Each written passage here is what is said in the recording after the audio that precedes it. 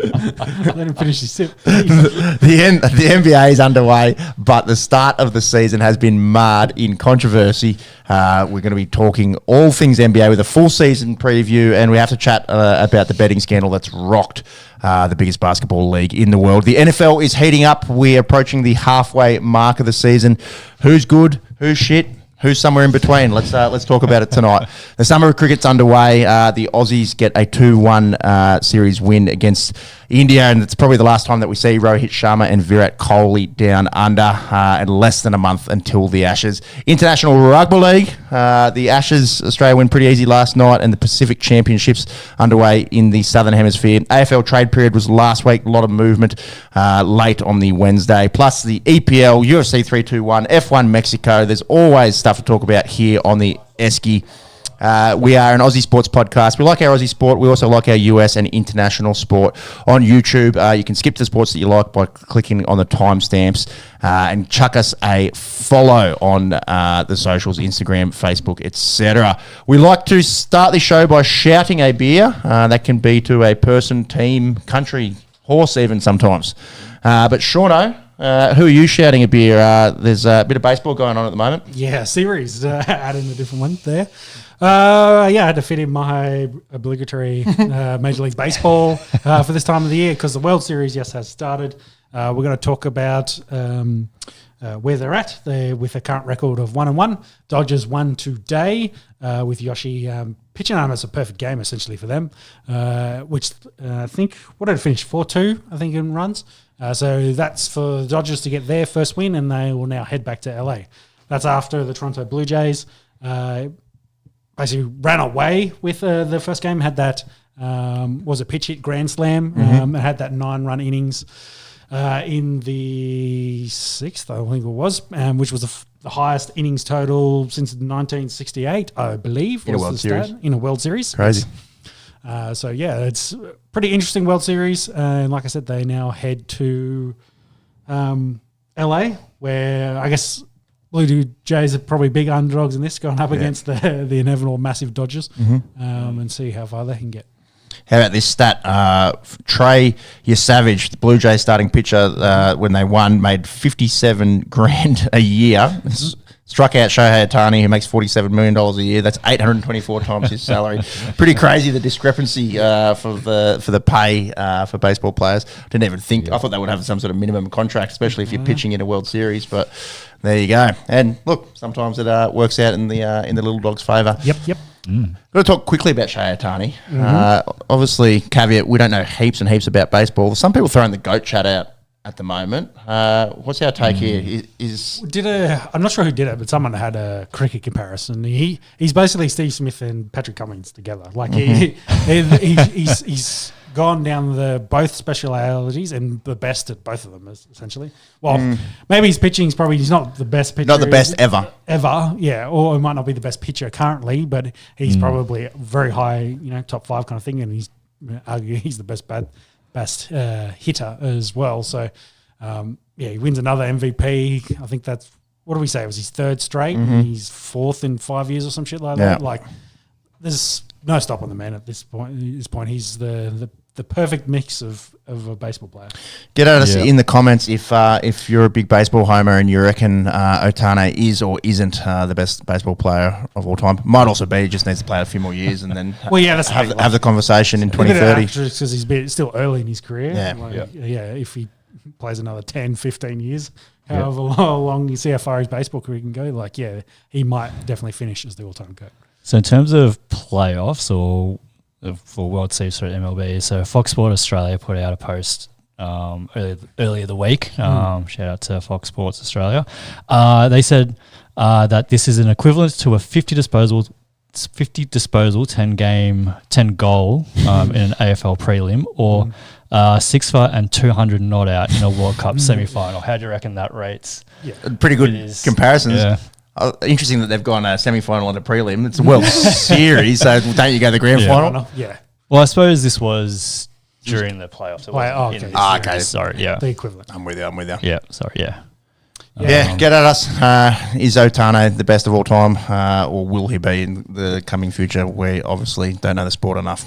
Yeah, there's some interesting with all the gambling stuff coming out, and him and his previous translator potentially stealing all the money, maybe taking the fall. Allegedly. Jeez. The whole Jordan go play a year in baseball as well because maybe he's gambling debts like that. Yeah, there's a bit of eyes on some of these guys now recently because of the other stuff. So.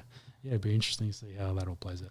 Yeah, we'll talk a bit of sports gambling in just a second. That's for sure. I'm going to shout an equine shout of beer here. Maybe J Mac and Chris Waller can enjoy it on behalf of Via Sistina, who has won back-to-back Cox Plates after an incredible run yesterday. Had to kind of do it the hard way from about 4 out and just pipped stablemate Buckaroo by a nose to win her second straight Cox Plate. That's 11 Group 1s for the Irish bred thoroughbred and 4 in a row Cox Plates for James McDonald. So you back J-Mac and you definitely don't go broke. That's for sure.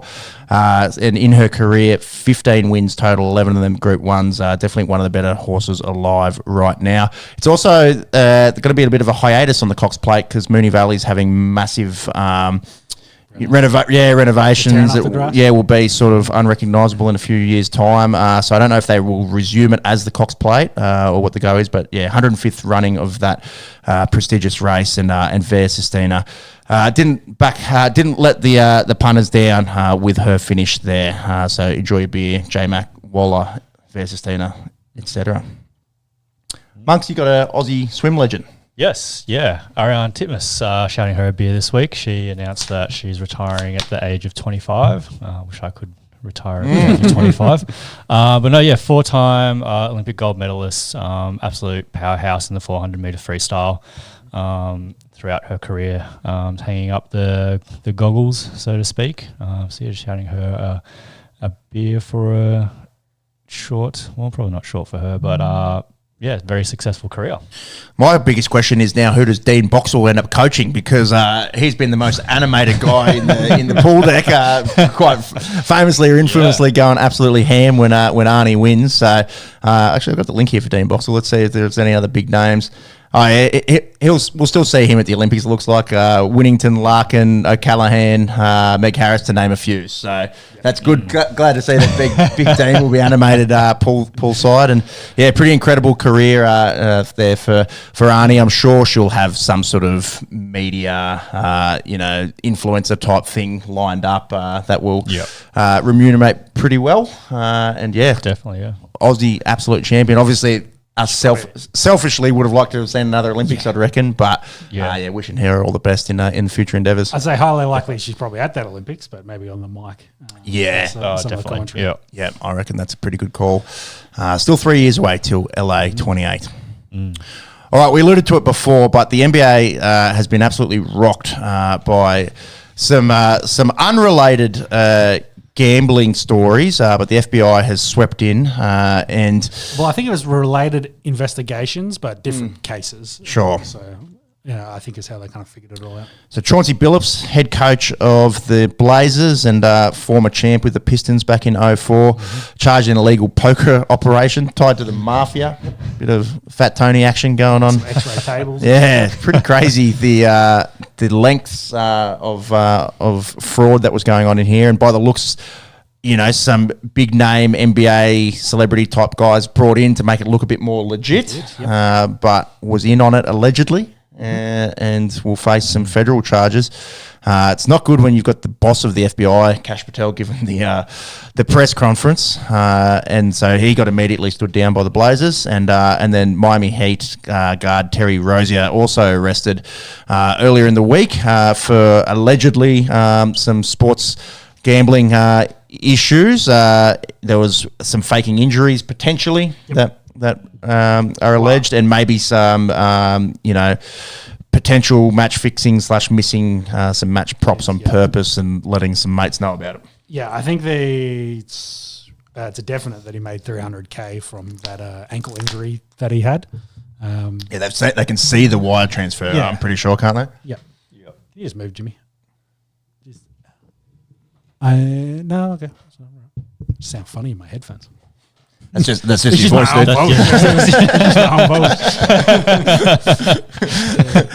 So yeah, Rosier and Billups, the only two NBA guys that. Oh no, there's another one. Damon. There's another assistant coach as well. And I was going to ask, who was the bloke last year that got suspended as well for betting on games too? Oh, who was? It was a pretty no-name kind of fella, but stood down. In.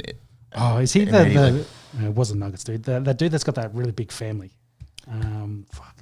Thinking about Michael Porter Jr. Maybe his brothers. One of his brothers. Yeah, I think they're unrelated.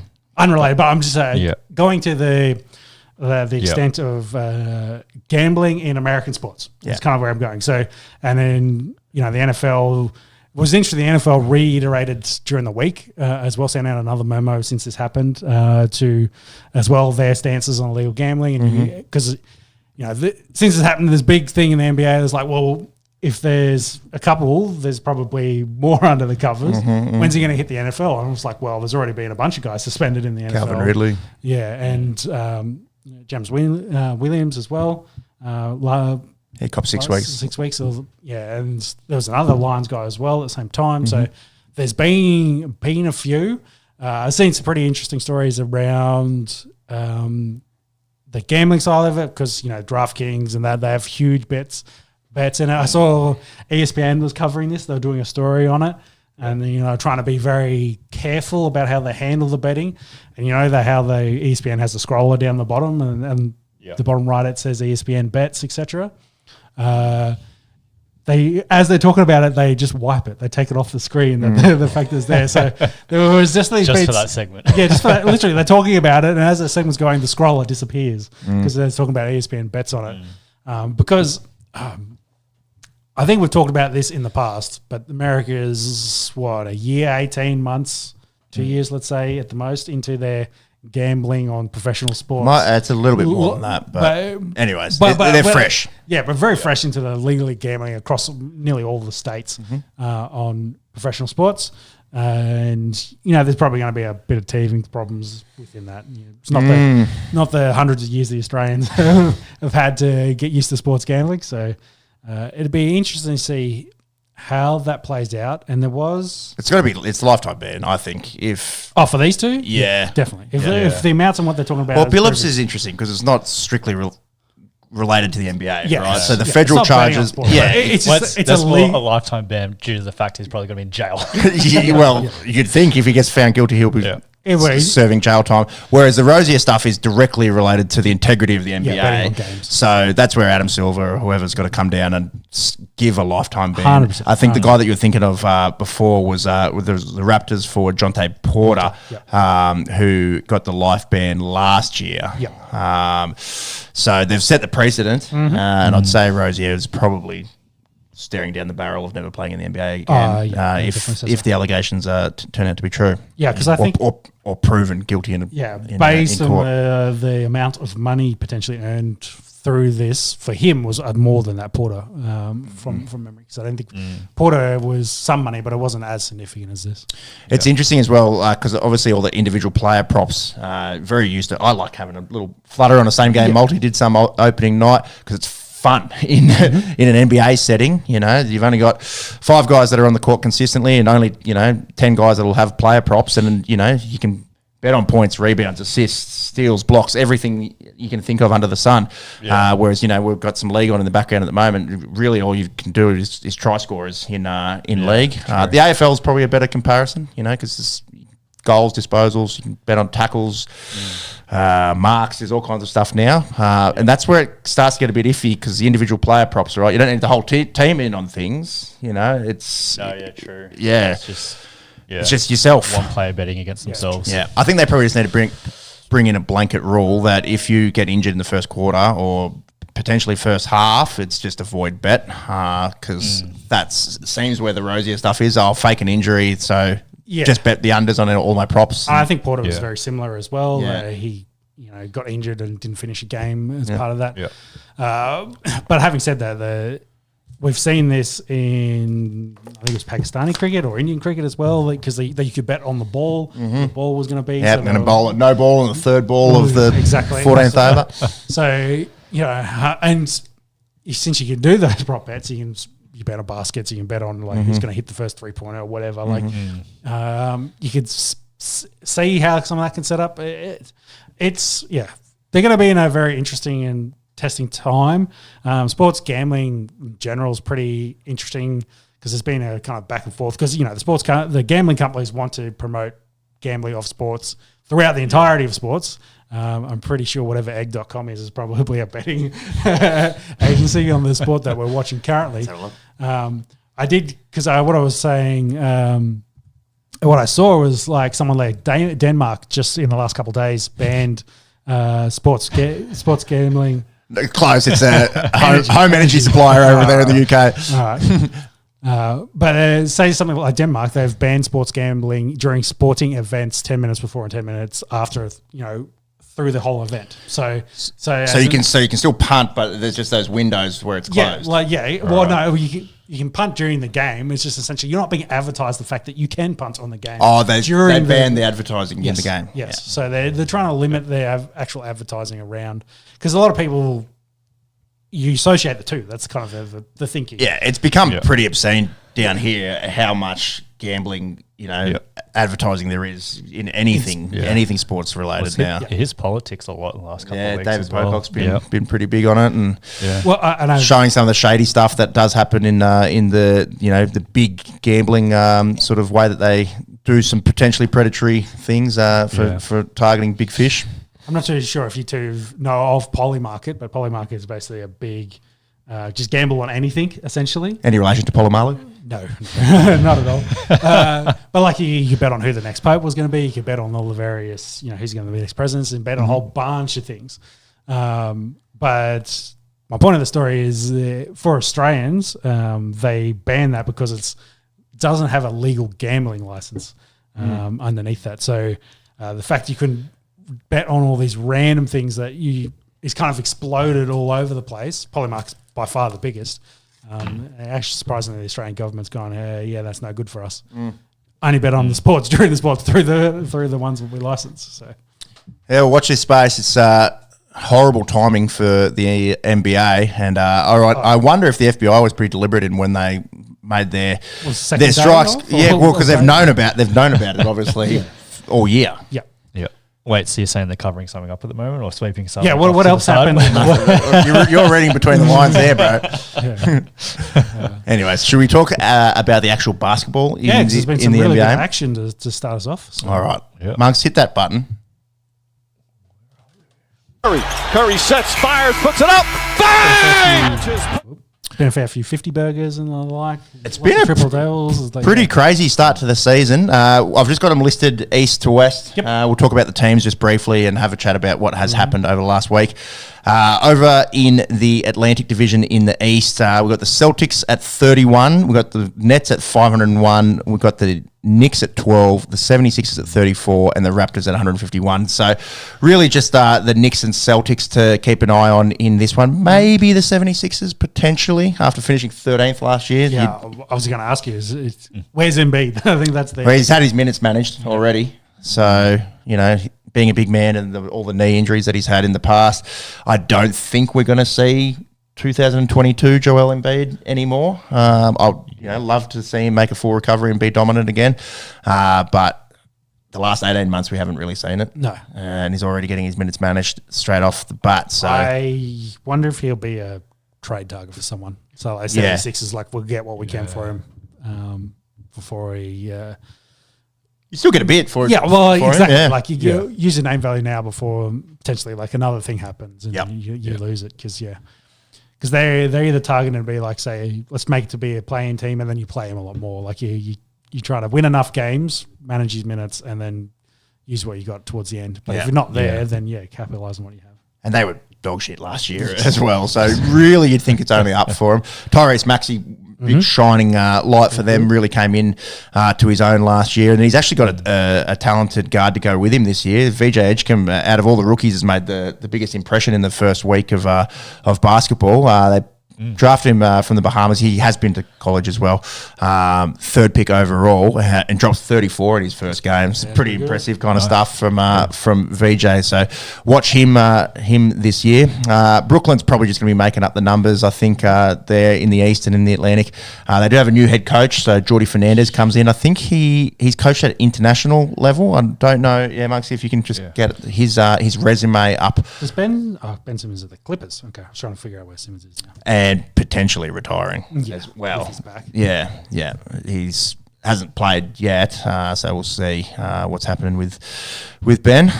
But yeah, so Steve Nash out. Fernandez comes in. They have a heap of draft picks, so maybe not this year, but maybe in the coming years could look okay. They've got a Russian point guard, Dimon, so see if he can be anything. And they do bring in Michael Porter Jr. and Terrence Mann, who are handy, but no massive names. I think they'll be around about the worst team in the East.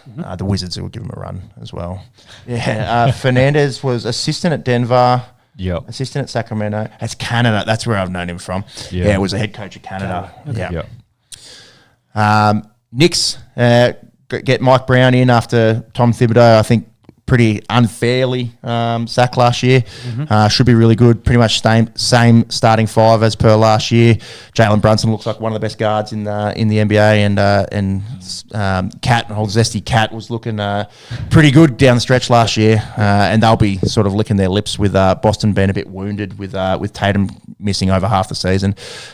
He tore his Achilles start of May, and I don't know if you guys seen any footage of him recently. He's dunking, he's sprinting, so 12 plus months. Christmas, May? May this year, sorry.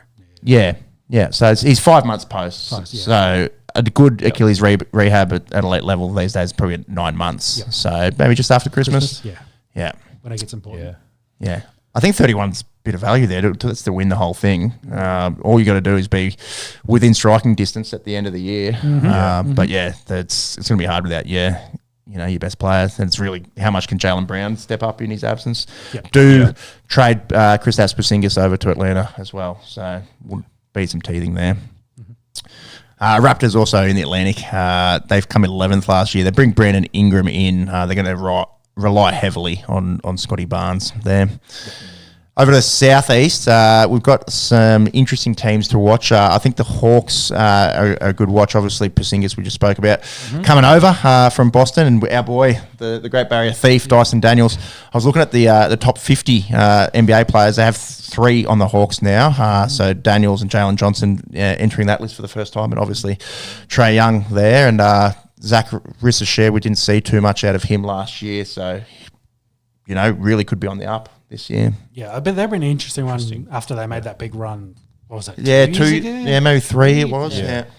Get back to that sort of very confident Trae Young and have some support around him, see if they can make a run. I think playoffs would be minimum their goal. Maybe even just avoiding play in and having a top 6 seed straight off the bat. They're at $31 to win the whole thing. So the only team shorter in the Southeast is the Magic, which is crazy to think of. Sort of perennially ordinary Magic. But they bring in Desmond Bain from the Grizzlies. They did give up a fair bit for him. So sort of chips on the table. Hopefully no X-ray machines on that proverbial table. But Desmond Bain comes in to join Paolo Banchero and the Wagner brothers, who are looking like one of the better young units in the NBA. Yeah, they're pretty short considering they were even last year. Exactly 500. But they're hoping to see the growth. Yeah, did run into the Celtics round 1, which probably doesn't help. But you're exposing yourself, aren't you, when you finish 7th or 8th. But I think as well, because they play a lot of, it doesn't actually, it's not like the NFL where your division actually matters in terms of playoff spots. But you play a lot of those teams a lot. So the Wizards and the Hornets will probably be ass. So probably chalk up a few wins there. Hornets pretty much. LaMelo healthy, might have a fighting chance. LaMelo injured, they'll be worse than what they probably are. $101. They got that Con Knuppel, I think his name is. Don't know if I'm saying that right. Small forward out of Duke, 4th overall pick. It's going to be a lot to ask of him, I think, in his first year. And then the Wizards, like I said, them and the Nets, I think, for worst team in the East. They bring in CJ McCollum, traded Jordan Poole away. Central's probably the best division to talk about in the East. So we've got Bulls, Cavs, Pistons, Pacers, Bucks, of which the Bulls and the Pacers are $126 to win the whole thing after making the finals last year, which I think is obscene. Much like the Celtics, not going to have Hallie. I think that's the big reason. And he ruptured his Achilles a good month after Tatum did as well. So, but he'll still be, January. Yeah, mate. Yeah, but even March, and then running into the playoffs, like they still should get a good couple of months of him leading in. They did lose Miles Turner as well, which is a big out. Yep. So of your three best players with them two and Pascal Siakam from last year, you've only got Spicy P. Yeah, okay. So that probably plays into that massively. But I reckon 126 is a bit juicy there. The Bucks and Cavs probably going to be the teams to beat here. Cavs at $8. That's the shortest in the East.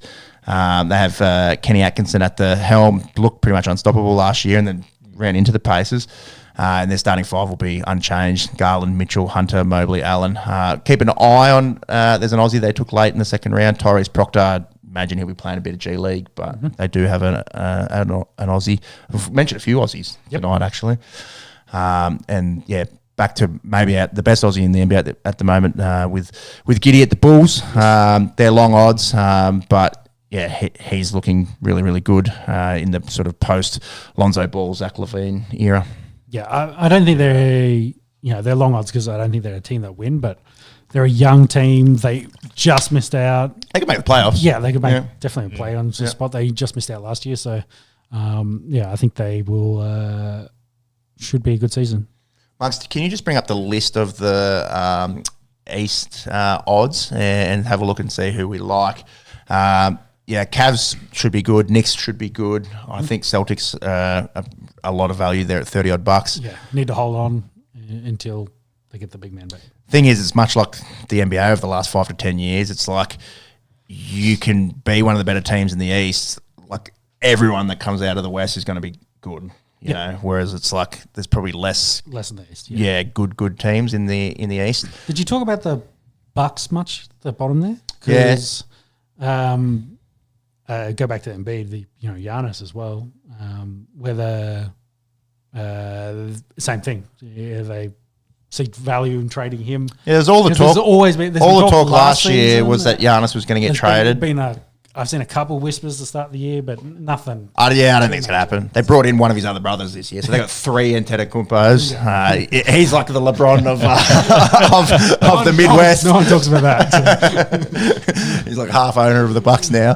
I think they're going to be really good. They're at 46 to win the whole thing, but they should be a top 4 Eastern team. They did lose Brook Lopez and Pat Connaughton, so some pretty big names that go out, and I think we're a little bit doggish in palming off Damian Lillard for their Blazers to rehab his Achilles. But Miles Turner is a massive, massive addition. We're talking about a top 10 center in the NBA to go along with Giannis. That's going to be one of the scariest sort of front courts getting around. It's just going to be how good can their guard play be. They finished 5th in the East last year. I reckon they'll be gunning for a top 4 seed. But if you've got the list there, Monks, like the teams that really should be better than them, Cavs and Knicks, really. Just scroll up. That's everyone. That's right. We can filter it. That's all good. Just leave that. So Cavs 750. They come in 50 cents since I wrote this. And then Knicks 12s. And then you got to drop all the way down to the Magic at 19 for the East. And then it's Hawks, Celtics. 76ers. So they're at 46. It's more like they've got them like 6th best team. So it's going to be interesting. I think that the top really should be Cleveland and New York, and then there'll be a lot of sort of jostling in that middle section. And I think it's rude to do this before the season even starts, but you can probably count on the Nets and Wizards not being there. Any other questions from the East? Nope. Let's go over to probably the deeper conference in the NBA, which is the West. We'll start in the Northwest, where your Denver Nuggets should look pretty good again this year. Shauno, they're $8 to win the whole thing. Bit of a change up. So Westbrook goes to the Kings. They get rid of Michael Porter Jr., we just mentioned before. They bring in Cameron Johnson and get a backup for if anything was to happen to Joker. They do have a pretty good center there in Jonas Valanciunas. And there's guys on that team other than Nikola Jokic who can be fucking pretty good. So we saw opening night or the second night, Aaron Gordon drop a 50 burger, 10 from 11 from 3-point range. Joker's already had two triple doubles. Yeah, I think they're going to be really good. Yeah, I wonder if they're just with maybe. I don't want to say completely because of the coaching change, but maybe a bit of change in philosophy. There seems like Aaron Gordon's getting a bit more involved than he was previously. Whether that means Joker's funneling the ball from him and Murray, etc. There's it's good to see that. I guess the growth, and they're not reliant, I guess, on Joker to do everything. To win them games. I think with MPJ and Westbrook out as well, you're going to have to get the ball in Aaron Gordon's hands more. So he's obviously looking like he's liking the new role, and sort of much like Coach Tibbs getting sacked from New York. I don't really know what Michael Malone did wrong. It's a cutthroat business. David Adelman is their new head coach, so we'll see how they go. But definitely on paper, one of the best teams getting around in the West. This Northwest division is interesting because we've got the Blazers and the Jazz should both be pretty ordinary, and then you've got the defending champ Thunder and also the T-Wolves should be pretty good. So 3 really good teams and 2 very ordinary teams. Yeah. Let's talk T-Wolves. They come 6th in the West last year. They're 21 to win the whole thing. Pretty much will have the same starting 5 as last year. They do trade away Nikhil Alexander Walker, so cousin of SGA, over to the Hawks. And we've got to keep an eye on as Aussies this fucking behemoth of a human being, Rocco Zikarsky. They pick him up via Chicago. 7'3", 19-year-old. So he's not. He could grow even a little bit more. Who knows at 19? So he's the tallest Aussie ever in the NBA. And for reference, the tallest players ever in the NBA have been 7'7", 7'6". So he's not far off ever. He's got good pedigree. His dad was an Olympic swimmer, a German Olympic swimmer, and his mum was a triathlete. So I think at 7'3", good idea going to basketball and not triathlon. He's come through like a Brisbane Bullets academy, and he's listed on the G League at the moment. So has a Wolves contract, but will be at the Iowa Wolves for most of this year. So keep an eye out on him. And look, if he doesn't find the court in the NBA this year, I'm sure we'll see him in a Boomers jersey at some stage. Oh, definitely. Just on bigs, I did see, and I'm not sure how much Mayo it is, but there was reports that Wembley had put on an extra 2 inches. Have you seen the highlights from him? It's stupid. We'll get to the Spurs in a second. Yeah. He's an alien, man. He's so good at basketball. Well, I have to check some MVP odds at the end there too. I think he's into 3rd. Jeez. Which is great. Given he's on a team which is probably not going to be a top 2 in the conference kind of team. Yeah, we'll look at the MVP odds, but he's come in already. Yeah, because what do they say? They got him listed. Look at that question. Is Wembanyama 7'7" now? Yeah. What's his officially? What's he listed at? 224. 7'4", I think is for the listing. Him at. But yeah, I think the reports was up. I saw it was like an extra 2 inches. He could be 7'6" at this point. That's interesting there. Yeah. So when he came into the NBA, it was listed at 7'3". Yeah. Then they put him up to 7'5", and then they've settled on a middle ground of 7'4". And moves like a point guard. Alien. So Northwest, we've spoken Nugs, we've spoken Timberwolves. Let's talk about the defending champs, OKC, trying to run it back. They're $3.10 to win the whole thing, pretty short. They have just absolutely paid SGA and Jalen Williams. They did the same thing the Celtics did the previous year. Exactly the same. Lock them in. Let's spend $1 billion. Yeah, let's pay it till 2030. So SGA, his extension was the biggest ever. So 4-year, 285 Supermax. So he's going to be in OKC until 2031. Yep. So 4 years on top of what he already had. And he's already putting up 50 burgers and looking really, really good. So I think money well spent there. And then Jalen Williams sort of quietly went about his business about 18 months ago and is like a borderline top 10 player in the NBA himself now, J-Dub. So he's still on the rookie max contract extension. But, yeah, both getting paid pretty handsomely. Their starting five's unchanged. Yeah. So They paid Chet too, didn't they, as well? yeah, I So think Chet also. everyone got Yeah, paid, so- I don't think I've got him listed there, but yeah, he got good money. He's looked unreal in the first sort of week of basketball. That's their big three. Between them three, they're all probably top 25 players in the NBA. They're going to be hard to beat. Obviously, injury can affect anyone. So if SGA was to go down, it's going to be hard. But if those three are all playing and they get good minutes out of everyone else, they're going to be a top 2 team in the West. You'd think 60+ wins again.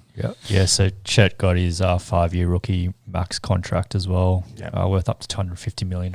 good money on rookie contracts. Yeah. And yeah, it's not even that much money when you're talking about spending $1 billion. It's That's it. craziness. And then his players are putting bets on to win like 300. I think there's levels to it. I think there is levels. to it. The Jonte Porter and SGA maybe not the perfect comparison, but yes, you are right. Maybe not. It is does seem a bit silly from us mere mortals looking in. Jazz will struggle. They come dead last in the West last year. They bring in Yusuf Nurkic, Kevin Love and Cole Anderson, so some old heads, but no really young established talent.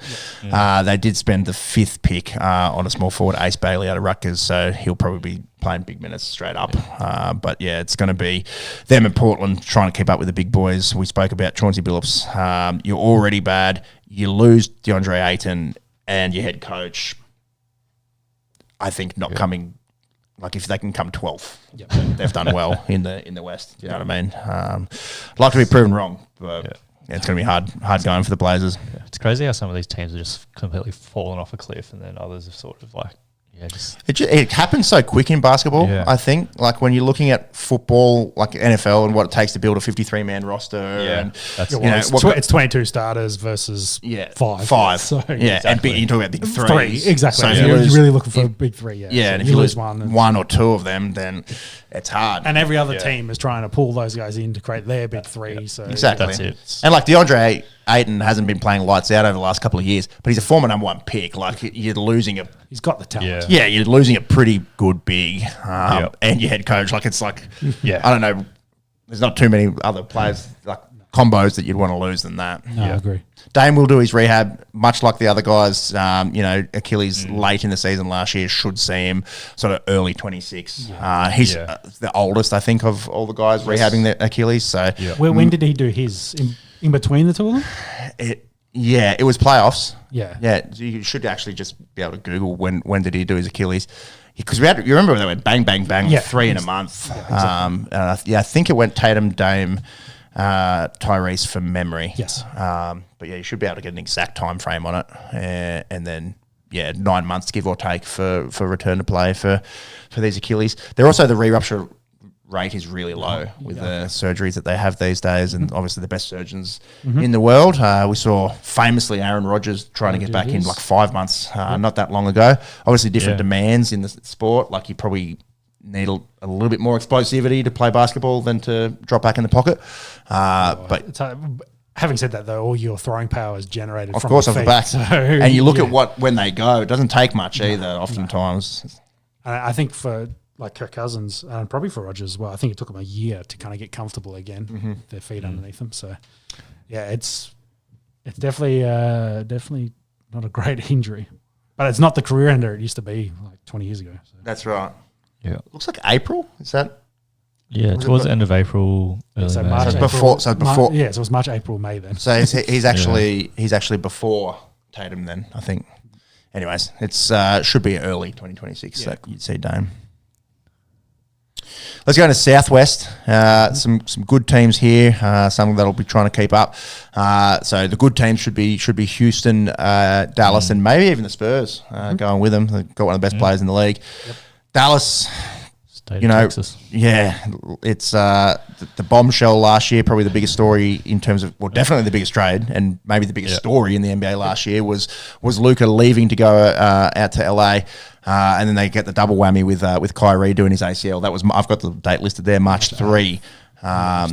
So yeah, again, probably sort of early New Year for Kyrie coming back. They do have the number 1 pick. It was 1.8% chance of winning that. I don't know. Make of that what you will.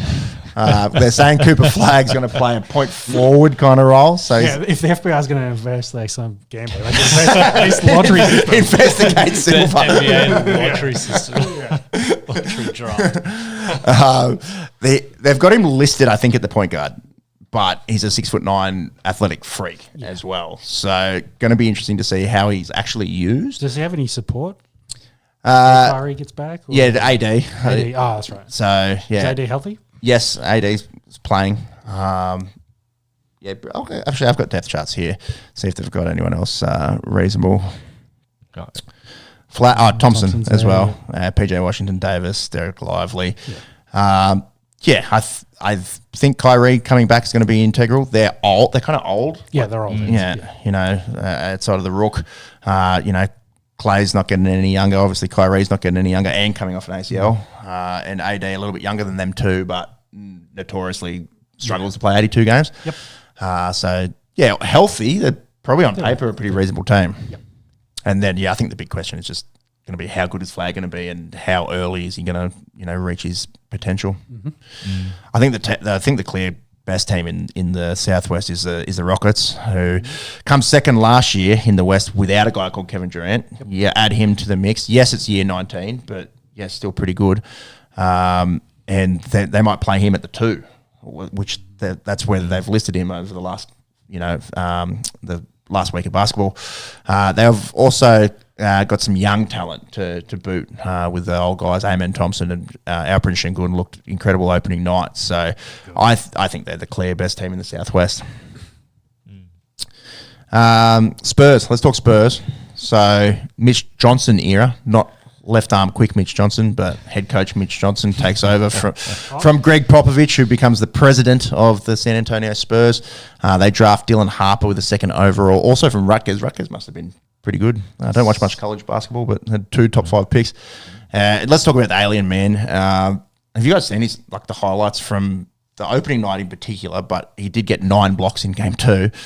He's doing shit that he wasn't doing last year, true. Which is scary. The only highlight I saw was Aaron Gordon dunking on him. So you see the other end of it? Just crazy blocks, moving like a point guard, like crazy dunks. He's $1.50 to be a defensive player, pretty crazy. And you've got the MVP odds up there amongst that. I'm pretty sure he was about double digit, he's like $10-11 when the season started, and I think there he goes into $5. His 3rd favourite. Yeah, equal with Joker and behind SGA. Yeah, pretty incredible sort of company to be in there. He's coming off. He had a decompression type surgery, I think, in his shoulder last year because he had a blood clot. So probably from all the extra growth he's been doing. Maybe, yeah, those long limbs. I can't imagine. I don't know. I got no idea about vascular sort of risk there, but yeah, he did have an upper limb blood clot, which is a bit scary. But he's showing no signs of being hampered by his off-season surgery. That's for sure. Grizzlies shouldn't be horrendous, but also maybe not as good as the aforementioned teams. 126 to win the whole thing, finished 8th in the West, and then got swept by OKC. They bring in a Finnish guy, Thomas Iisalo, to be their head coach, and did trade away Desmond Bain, as we spoke about. I think Jar being healthy and not doing too many pupils going to be important for them.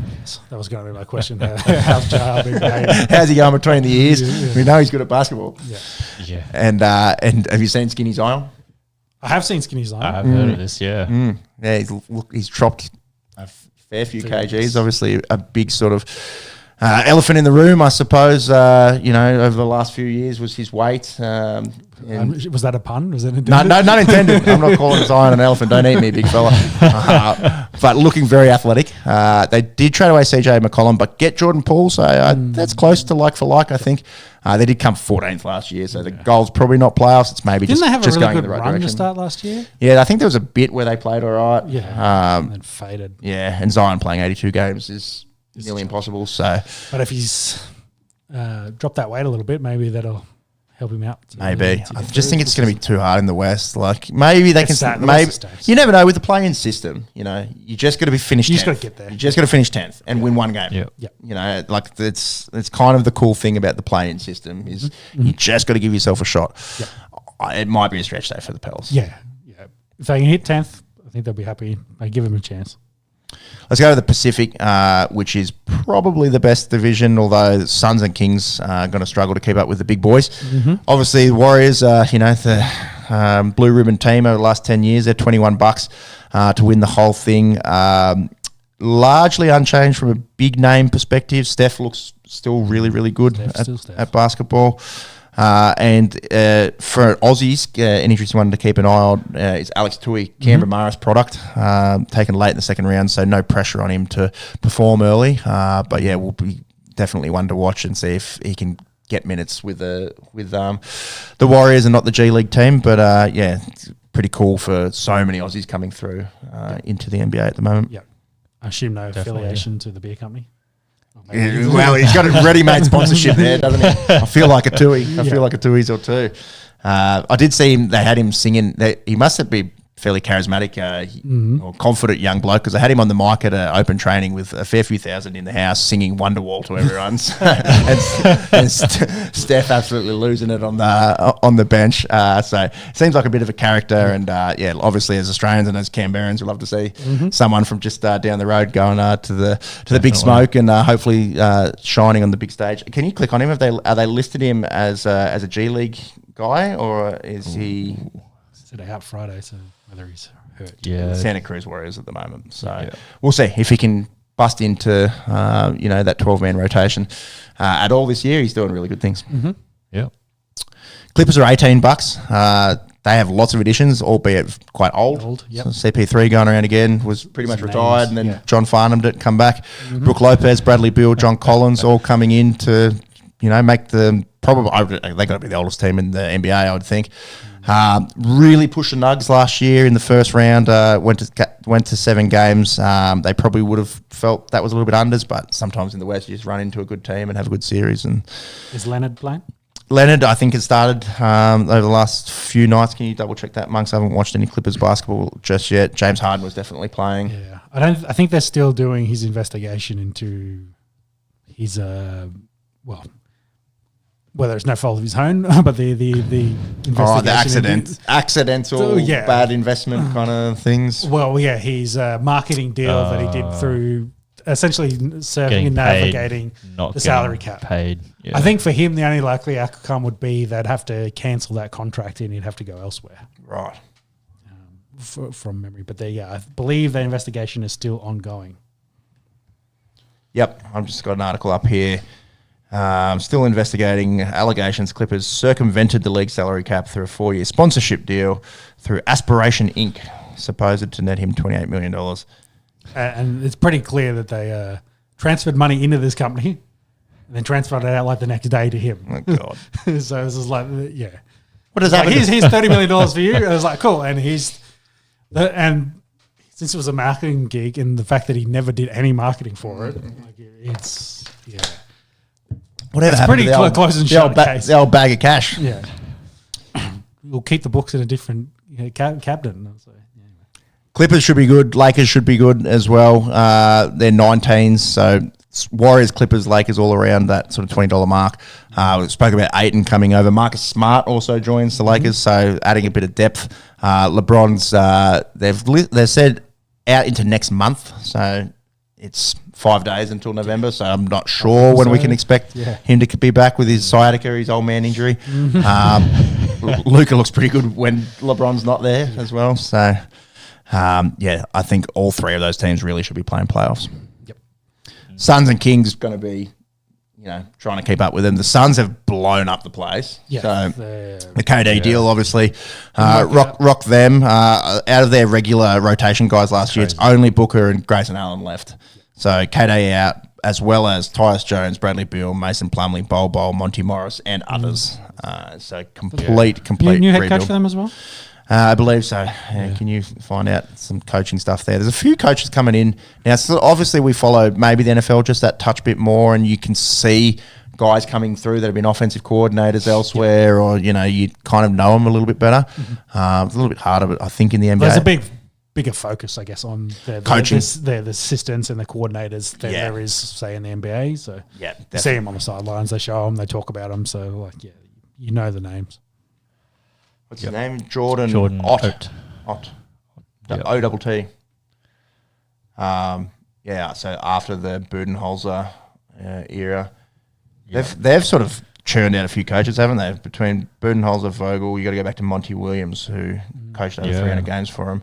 True. But been a bit of a revolving door there. So, look, they're not going to have any expectations. You kind of feel for Devin Booker. Yeah. They built this big three and it never really eventuated, and then KD leaves, and I think that's going to be leaves a big hole in the Suns. How old's Booker? Because he could fall. He must be pushing 30, I would think. I'd think late 20s. But again, if you're blowing up this team, you've got him essentially in purgatory. Do you get what you can for it? Well, you probably get more for him than you would, say, a Embiid or I can't remember the other one we talked about. But, someone else is like, he's on a team that's not going anywhere, and you could add him to one of those other rosters. That's right. He can make a big contribution. They've gone complete blow up except for one really good player. Yeah, they've just locked him up. He's like, you're in prison, bro. Yeah. I don't know how he's feeling going into this season. It's going to be a tough ask. No. 28? 28, turning 29 this week. Yeah. Happy birthday, D-Book. Yeah. Kings as well, pretty much blew up the team with the Fox trade. They got Sabonis still there. That's a very, very handy big to have, but it's going to be hard, for guys going with him. Must have been fun for one season. There's reset button. Yeah. Look, they've got some names like Zach LaVine, DeMar DeRozan, Dennis Schroeder. I actually don't know if they're when you're looking at 500 to 1. Did you just copy that and not change it? What's the actual odds, Jimmy? Can you? It'll be 500. I looked at this this afternoon. Yep. Yeah, scroll on down. They're in the these are the on Sportsbet right now. These are the 500 to 1 teams. Nets, Pels, Suns, Blazers, Kings, Jazz, Wizards. There's 7.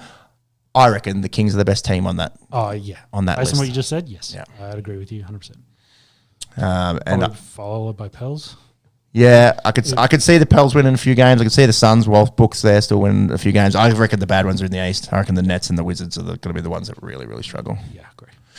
Anyways, clip it up in 9 months, and when the Wizards win the trophy.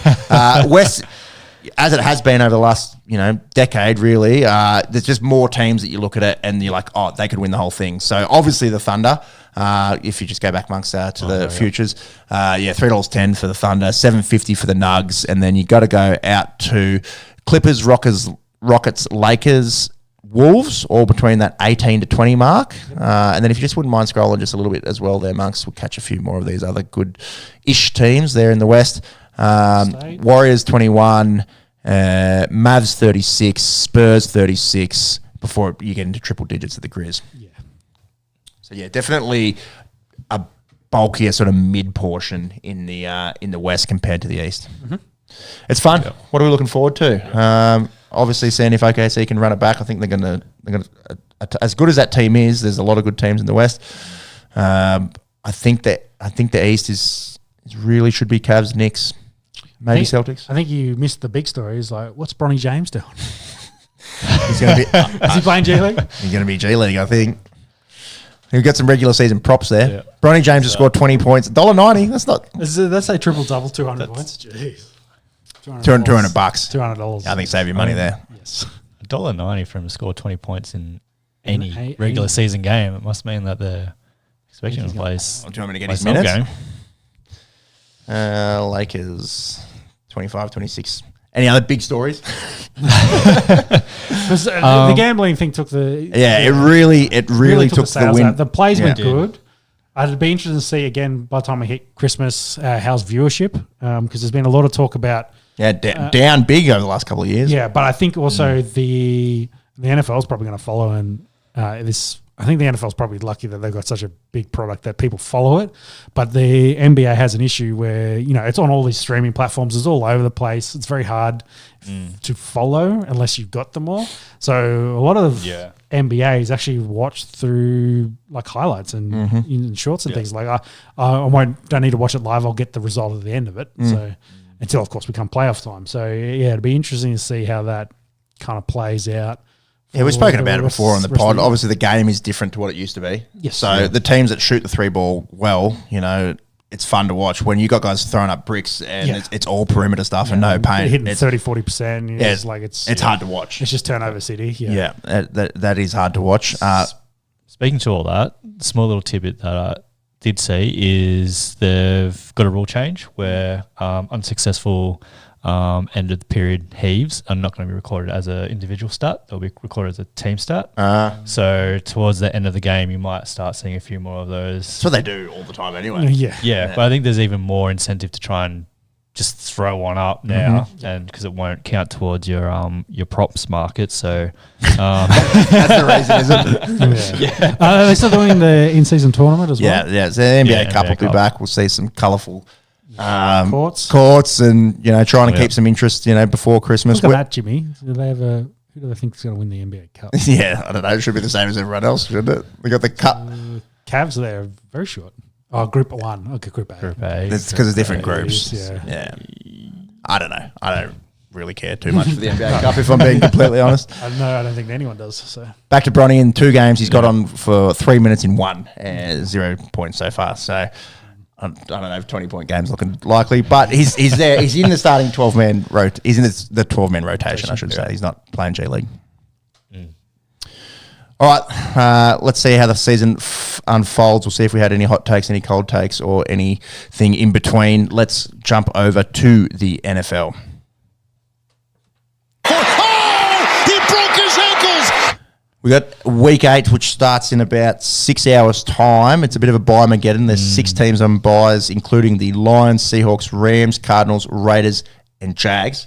I like your first note there. I've seen a few memes getting around. We've time traveled back to 2015 because the Colts, Pats, Broncos, Steelers are good all again. good again. Yeah. You've also haven't had the Chiefs in there. They're still good at football.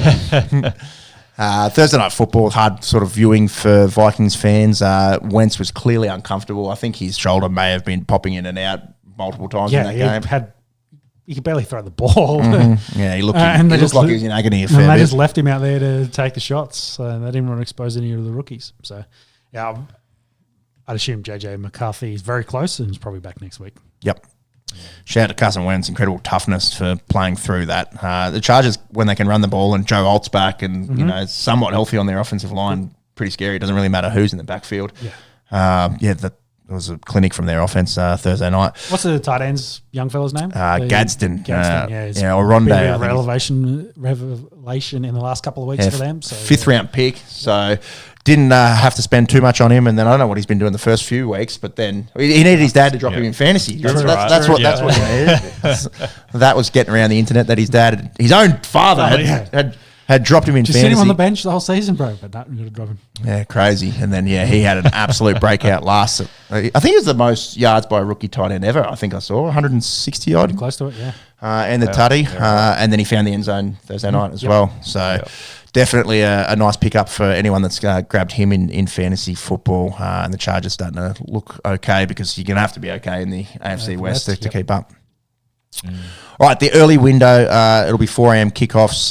We've got a pretty ordinary one with the Dolphins going to Atlanta. Cousins in. Can you find out what the Penix injury is? Bone bruise to the ankle. Hip. Something lower limb. Because actually London's questionable. Knee, I got a first one. Knee. So, was knee. So, yes. So, they're resting him. So, Cousins will get his first start of the season. He'll be in. So, we'll see how that goes. I know London was questionable with the hip. So, he's the hip one. I couldn't remember they both had hips. I was like, no, that doesn't make sense. Everyone does seem to have hips. Most people have too. Yeah.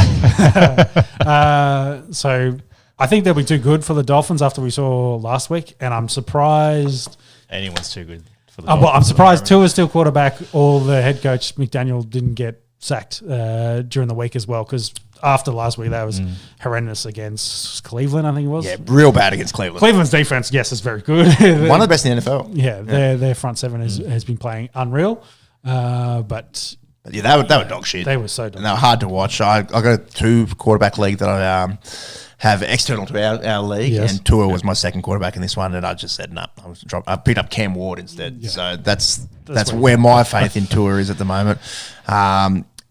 It's hard to tell. Is it going to be Mike McDaniel that gets the sack, or are they going to say McDaniel throw Quinn Ewers out there? Let's sit Tua. Well, I thought he can't do worse, can he? Well, I thought they had Zach Wilson there too. So I think Wilson is there. So I'm not sure why they'd go.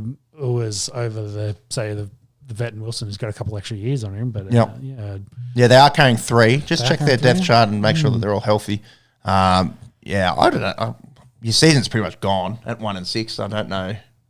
Yeah, well, you need to turn it around now if you're going to make any sort of run. You always kind of look better than Arch Manning has at Texas last year. So they did get an overtime win. And they've got Quinn at 2 on the depth chart over Zach Wilson at 3. Interesting.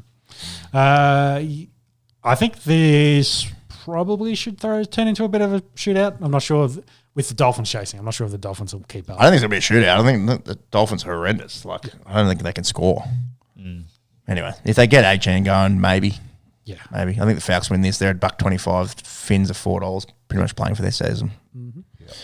Another bad team in the AFC East. The Jets, 0-7, go to the Bengals, who have had a little bit of a resurgence under Joe Flacco. Beat the Steelers on Thursday Night Football. They've had 10-day rest. They're pretty short in this one. The Jets have scored 11 points against the Broncos and 6 points against the Panthers. I think they've scored 1 touchdown in the last 2 weeks. And Fields is out and Tyrod Taylor is getting the start. Yeah, I think other way around. Sorry, I don't understand. Siri's haven't listened to us. Yeah, I don't understand too. I sure it was they were sitting Fields down, and it was your Siri. I think I'm right. Hey Siri, who's starting for the New York Jets tomorrow? Have a button pressed. Oh, now you're not listening. Okay, I found this on the web for who's starting for the New York Jets tomorrow. Check it out. Can't actually tell me. No. Marks will tell me quicker than Siri. Fields. Thank you. Well, he's got listed starter, but I'm pretty sure that he's been benched and Taylor's going to actually play. Says out Tyrod Taylor. I'm reading it right now. Okay, sorry. All right. Tyrod Taylor's knee. out with knee. Yeah. Oh, there you go. There you go. Fucking how many ways to skin a cat? Sorry. I swear I saw it. They announced he was going Let to me start just call during up the the week. Jets organisation right now. Let's confirm this. We're actually trading for Tua. I did see though that Wilson and Coach, Sauce. put me in. Wilson and Sauce are both out for this game. So, Source out. Yep. That's important for betting on Jamar Chase, I think. Yes. Yeah. Okay. So I think the Bengals should be good in this. Jets defense has been good, but without Sauce there, I don't think they will be able to. Bengals offensive line's not very good as it is. No. I think they'll still be fine. But Chase has looked better with Flacco throwing him the ball than Jake Browning. So. Especially he throws it 20 plus times. So. And I think Logan Wilson, the other story there, he wanted to be traded from the Bengals defense. So. Bengals 3-4. If they can get to 500 and stay within, QE of the Steelers, it's going to be big. Everyone in Cincinnati just praying for Joe Burrow's toe and coming back with a month of football, I think is going to be the story there. Yeah, they need to get some offensive line to help. Imagine he comes back after rehabbing his toe and gets murdered in the first game back. That's also a possibility. Yeah, they got to play Cleveland again at some point. Mm-hmm. Yeah, that was scary. Those shots he was taken from Garrett. This is an interesting game tomorrow. Bears $2.28 to go to the Ravens, who are 1-5, and Ravens still Lamar-less, but they get healthy on defense. Get some troops back? Yeah, get some troops back, and playing for their season, you'd think. Pretty hard to come back from 1-6. The Jackson stuff's interesting because he was a full participant on Friday, so they're obviously giving him another rest week. But yeah, they're kind of the same thing. They're at the pointy end of their season. They're going to need to win this, and I believe it's Huntley's going to start for them. You got to start Huntley. Cooper Rush has not been good. No, and it's a hammy that Lamar's coming back from. So the best running quarterback of all time. Yeah, maybe give him an extra week to make sure he doesn't re-injure that hamstring. But trying to make playoffs from 1-6 is very, very difficult. Very, very difficult. And the Bears have been good. They've been fun. They've a young squad of team. Like they're one bottle job away from being 5-1. Yes, and they've won 4 on the trot. Yep. So kudos to them. Surprisingly, the Ravens are favourite in that. I am surprised. I like the Bears, honestly. I think it's a bit of a trap game, or maybe even just the Bears. I think it's 6.5 is the start that you can get for them. Let me have a look at this Ravens schedule because we have looked, and it's definitely possible. Like, it's not a horrendous schedule. Yeah, they're going to play in the North, so that's probably helps them a bit. They go at Miami, at Minnesota, at Cleveland, versus New York, versus Cincinnati. Yeah. Like, they're all winnable games with Lamar back. But 3-game road trip. So, I don't think you want to go on the road 1-6 and expect Lamar to save you. But if anyone can do it, It's him. Browns, Pats. Browns, this is a good one. Browns haven't won at Foxborough since 1992. It's a long time. Pats are 5-2. And yeah, it does feel a bit like 2015 since they've beaten the Bills, they're pretty much the best team in the AFC East. So I don't know. I think we're going to wait for the stretch to have that confirmed. Yeah, I think they've just been playing solid all over football, and Drake May's been good. He's third favourite to win the MVP, I'm pretty sure. Crazy. They've got him some talent, some weapons. Diggs is coming along, so I definitely I really liked May coming out of college. So I think he's good, and they've got a really good head coach there now in Vrabel. So I think they'll be happy with that. Time will tell, but it's going to be an interesting quarterback comparison, when we look back at the 2024 draft, because obviously QB.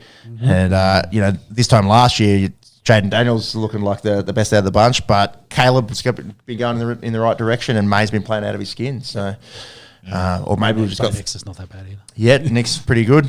Well, because we had 6 go in the first 12, right? Yep. So McCarthy's been a bit hurt. Penix hasn't... ACL, yeah. Hasn't Penix really had his... Hasn't taken it's on. actually a meniscus, but anyway. Sorry. Yes. Serious knee, didn't play last year. Apples, oranges.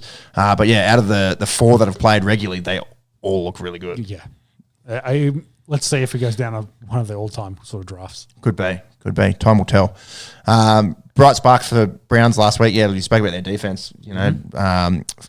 Miami found it really, really hard to move the ball, and Quinshon Judkins ran it in for 3 touchdowns. Yep. So, look, you play good defense, you play smash mouth run game, you win a few games in the NFL. Mason Graham was their first rounder, wasn't it? Yeah. Yeah, he's been good for them. Yeah, their front 7 is scary.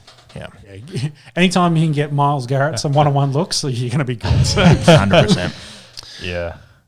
Patriots 5-2. This is their run before the bye. Browns tomorrow.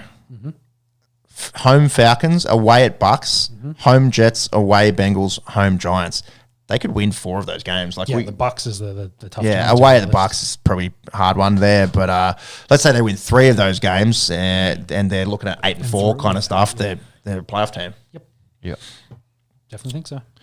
49ers, Texans, Niners $2.10, Texans about $1.75. Mac Jones will start again. I don't think Purdy's too far off, but certainly been some questions around. Are they better with Mac Jones? I think Brock will get the job back when he's ready to go. It's wild to think that they passed on him. Yeah, for Trey Lance. It's come full circle. And he's still back. Full circle. Yeah. Regardless, he might be doing a bit of a Sam Darnold, and playing himself into a starting role on a reasonable contract. He was pretty good last year at the Jags. Filling in for Trevor Lawrence. So 100%. Yeah, I think he could definitely. Some team will be happy to have him. I'm interested that the Texans are favourite in that game. Texans defense is pretty good. Yeah, but I don't think their offense has been anywhere near that good to warrant it. Whereas 49ers can just give it to CMC and pass it to him. Pass it to him, hand it off to him. Just give him the ball, and he seems to be carrying them. So. I saw he's on track to break his own receptions record for running backs, and in the top 5 there was 3 of him already. Yeah. So if he was to break it, it'd be 4 out of 5. It's only Austin Eckler. That's anyone else that's good at catching 110 balls plus out of the backfield. Giants, Eagles revenge game after only a couple of weeks ago, losing to the G-men. I think they're wearing the Kelly green tomorrow, and obviously bitter rivals. The storyline's all going to be around Saquon, I guess, because been a little bit quiet this year. I think people that took him early in drafts. Hurts kind of blew up last week, and he threw the ball a lot. But actually looks really good throwing the ball sometimes, doesn't he? Yeah, but AJ Brown, I believe, is out, so he'll have to target Smith in this, but. Also looks really, really good last week. Devonta Smith. Yeah.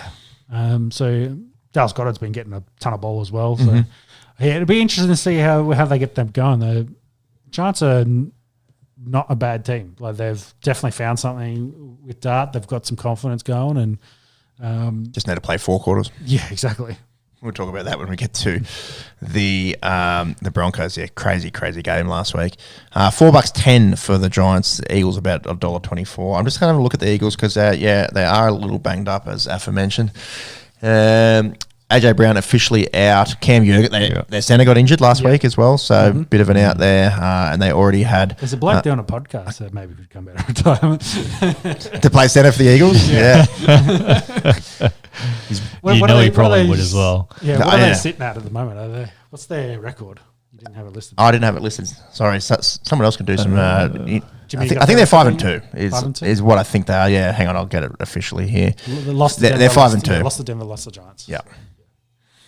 Probably offensively haven't been, as stout as what they were last year. It's not, because last year was just Saquon's Just give it to Saquon. Saquon's running for 150 yards. Yeah. We're going to jam it down your throat and push it into the end zone, and we won't need to throw for 300 yards. So it's been a little bit of a different sort of approach this year. But yeah, we say all this, and they're 5-2, looking at 6-2. They're still one of the best teams in the NFC, that's for sure. Yep.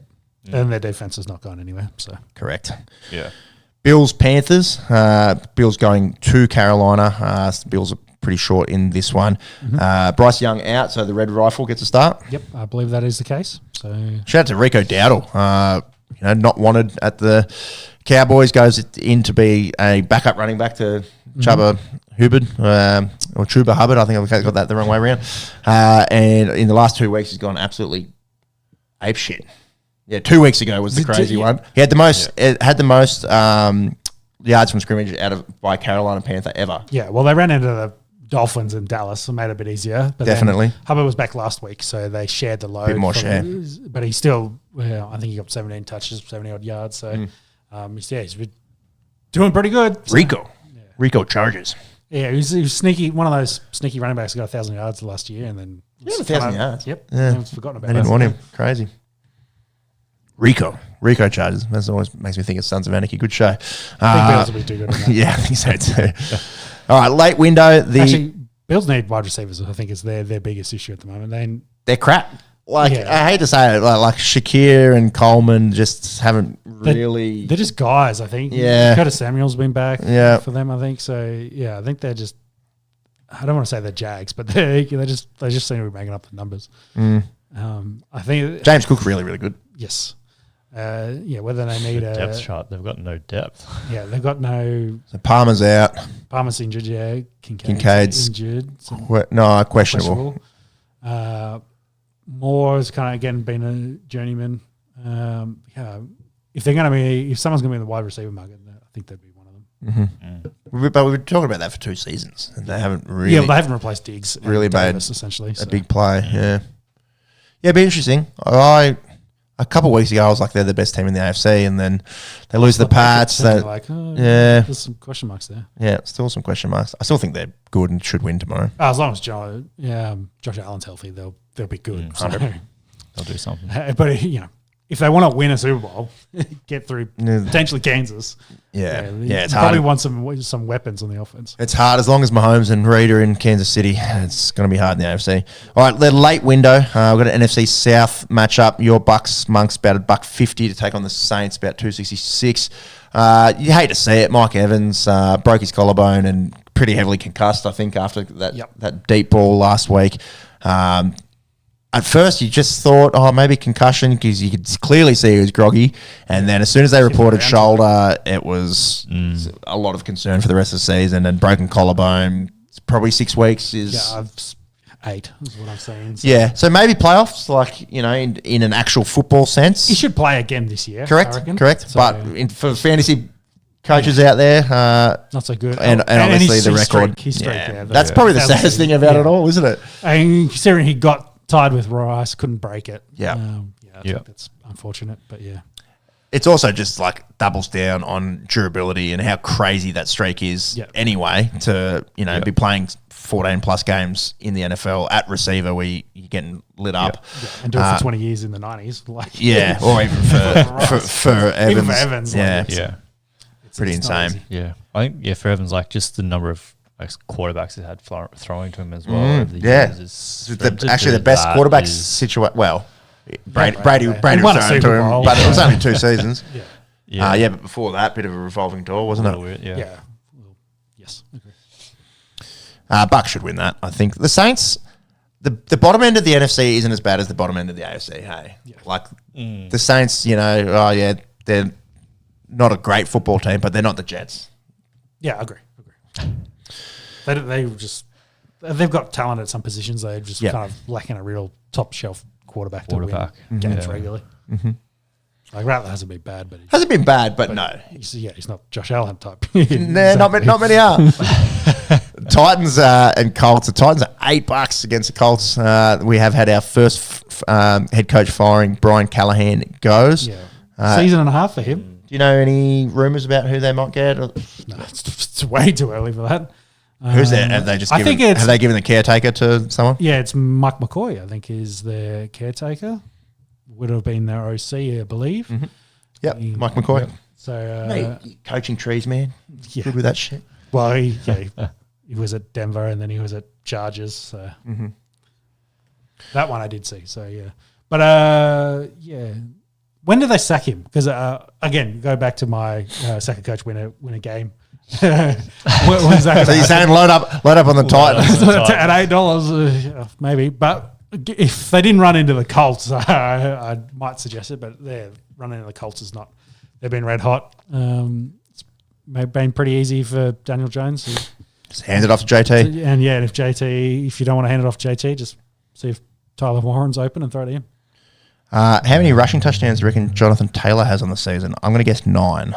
Well, I was wondering if he hit double digits yet. 10. Yeah. Through 7 games, 697 rush yards, 10 touchdowns, averaging 99.6 yards a game. Very good.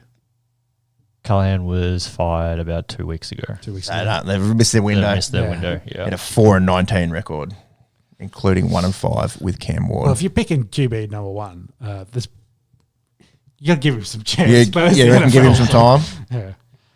Anyway. Cowboys Broncos. This will be a good one tomorrow. Cowboys $2.50, Broncos $1.50. Yeah, you've put their craziest fourth quarter comeback. I can't think of a crazier fourth quarter comeback. No, I think I saw the stats. It's like there was a 1,600 game streak of teams down by 18 points in fourth quarter to wins. So they broke that streak, and it's like there's only been 2 winners in the history of the NFL across like 3,000 plus games to be that far down in the fourth quarter. I was going to say, has anyone ever come back from 32-0 in the fourth quarter?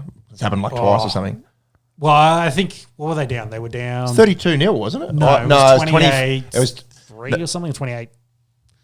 Yeah, there was a point where it was like, because they kicked that field goal to go to 32, so it was 29 just something. Why don't we just look it up? So you're not doing it off the top of your head. But there you go. They scored. They had a 33-point fourth quarter. Yeah, because they were 0 points at 3-quarter time. I know that. Yes, I'll tell you that for free. Yeah. So I think the lead was at least 19-point deficit. Yeah, 19 point. Yeah, it was over 18. That was what I was pretty sure the stat was. It was 18 plus. All 33 points of Broncos. It was in the fourth quarter, yeah.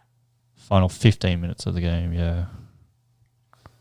And they did the same thing against the Eagles. Like, and this is why my note of they got to be better offensively is they dick around for the first 3 quarters of the game. And that's probably a bit on Sean Payton when he's play calling. He loves a good screen behind the line of scrimmage and lose like yardage. So, but they hit the fourth quarter and they go, fuck it, we're going to throw the ball downfield, and then they come alive. So hopefully against Dallas and potentially a shootout, because Dallas has been scoring points at will, considering their defense hasn't been real great. They're going to have to do the same. You're just hoping don't leave it till the last 10 minutes. Exactly, yeah. Don't leave it to the fourth quarter like they've been doing. So it was 26-8 with 10 to go. There you go. And then Broncos scored 26-16. Yep. Broncos scored 26-23. Broncos scored, actually got the lead. Then Jackson Dart run one in with 37 seconds. So that last 37 seconds must have been a crazy drive to get into field goal range too. Yep. Wow. Yeah. So there was a lot of interesting stuff that came out of the game, but yeah, you have to be a hardcore Denver fan to care about a lot of it. But good shout out to Brad Allen there as a bit of a snitch as the referee in this. Drew Greenlaw was giving him shit after the game, potentially because he pushed Justin Stannard and probably for his shit call on Riley Moss for the DPI. So he got suspended for a week, and Justin Stannard, for him getting pushed out of the way by the referee, got fined. So, it was all kind of silliness, but he's not a very good referee in any way, so fuck him. Justin Stannard. It's like not good from... I just want to say Strand there. Yeah. It's a hard surname there. Held accountable for contact with ref before Dre Greenlaw ban. Yeah. because they basically run onto the field to celebrate the field goal, and he's the head umpire. He's getting out. He's coming off the field trying to get out of the way. Does he get leveled, or is there No, like a little he bump? pushes Justin out of the way, and Justin gets fined. And then I think Greenlaw can't react to that. Probably wants to give him his mind for some of the other shit that he calls he made. Was being abusive towards him, and that's why he got the suspension. Greenlaw received. It's only one game. It's one game. Yeah. They said there's no place for it in the game for Greenlaw's abusive and threatening language. There's no place in the game for shit referees. Glad to see you haven't taken off your orange glasses. All right, yeah, that's probably the pick of the late window there, you'd think. Yeah. Do you think Sean Payton and Russell Wilson are friends? I'm going to say no. But then Danger Russ also wasn't very good. So, there's a reason he's sitting on the bench over there, the Giants. All right, prime time, Sunday night football. We see the Packers go to Pittsburgh to see There is Aaron. a second primetime game if you want to find that too, Jimmy. Oh, is that a double? I think there's two, yes. Really, on Sunday night? Yeah. That's They did that a couple of weeks ago as well. on Mondays they've done it. I don't know if they've done it on Sunday. Is this Sunday night football you're talking about? Yeah, check the schedule. All right. Anyways, Packers at Steelers. So Rodgers has beaten everyone except for the Packers. Correct. That correct? So So if he gets a win, he will did Brady do it? Did Brady? Yeah, he would have beat. Did he beat the Patriots when he was at the Bucs? Yes, he did. There's can't be too many people that have done it. No, it's Peyton easy to probably did it too, I'd imagine. probably had to. Yeah. AFC. But yes, joins in the last year's group. Me as a Pack fan on the panel here, sort of getting it done, but a bit scrappy. Like just sort of beat the Bengals, just sort of beat the Cardinals. Haven't really pumped either of those teams. Have lost to the Browns this year, but yeah, still looking pretty solid, and really should be favourites here as well. We don't have the odds up there. Yep. I think it would be a pretty close game based on odds, considering where the Steelers are record wise. The only team that the Packers have pumped this year is the Lions. So go and figure that, and it was back in week one. Maybe I misread this. Don't worry, Jimmy. $1.65, $2.35. Is that right? $2.25. Yeah. Close enough. And can confirm there's no two Sunday night games. No. They've done it on Monday nights. They've done. There was it was 1 week. They did 2 Mondays last week. I reckon you've made this up. But I'd like to be proven wrong. I'll have to go back through and look at them all. They do it on Mondays all the time. Yeah. So But that was that- a double header on Sunday. Yeah. But I could also be wrong. Anyways, Doesn't matter. get at us in the comments. You did have Chiefs taking on Commanders as the Monday night game. Yes. Is there 2 this week? Monday night games? No. Just Just the one. Just the one. Chiefs and Commanders. Commanders still pretty banged up. Be interesting to see No if Jalen Daniels. yeah, out. but Debo and Scary Terry both getting close as well. Yeah. I think Debo's probably closest. I think they are both they're both playing. I thought McLaurin might be still being sat. You'll know, Jimmy. You've got both of them. I think they're both listed as questionable. See if you can find anything there. So It's going to be Mariota throwing him to him. They don't have Q's next to him on their depth chart from ESPN, so looking like both coming back into the equation. And shocker, Chiefs scoring touchdowns at will once they get their receiving call back. So Yeah, Rashid Rice looked good straight out of straight the. in there. They look better. And Patrick Mahomes is the number 1 fantasy quarterback and the MVP favourite. Yes. Can't deny greatness, can you? Nope. Bit of a sad story with the muscle hamster, maybe the best nickname getting around in sort of NFL circles in the last 10 to 15 years. Does he still hold the record for the biggest fantasy day? He'd be up there. There's him. He had a crazy one. There's a Jamal Charles one, which was fucking crazy. Jamar Chase in recent years has had a few where he's It gone depends on the switch. gone mental. Yeah, Standard to PPR. exactly. as well. Yeah, so maybe go PPR. I suppose is the most common scoring these days. But yeah, the muscle hamster did have one where he was in the high 50s back in the day.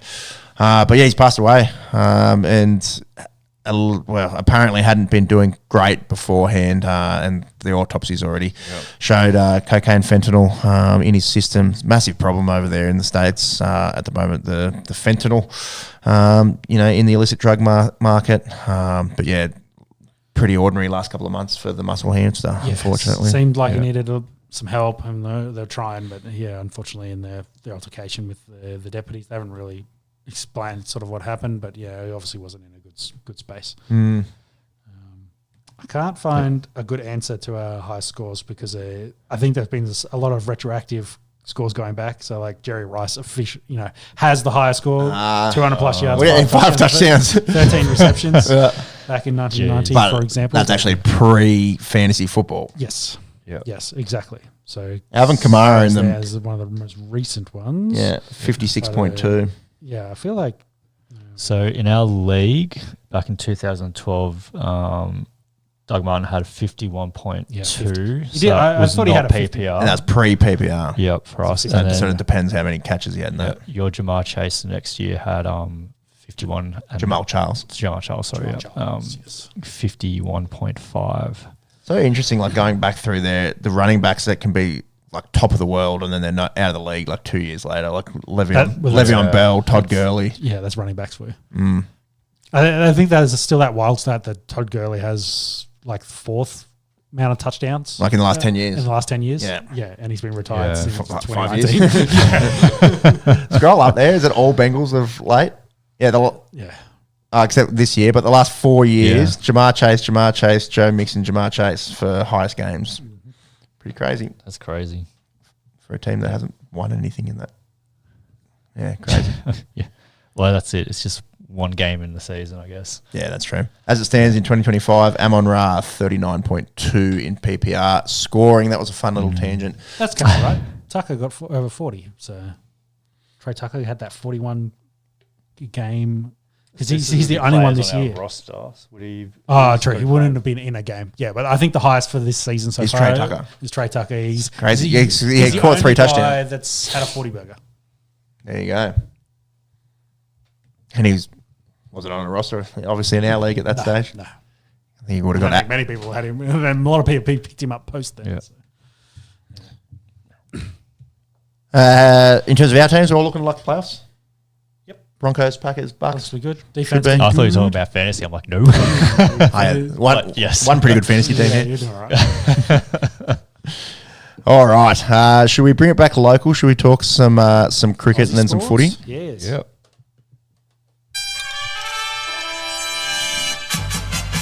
Summer cricket officially, unofficially underway. We've got international cricket. I don't know how excited I am about it, but Australia beats India 2-1 in the ODIs. We've got 5 T20s which start this week. There's actually a game in Canberra, not too far away.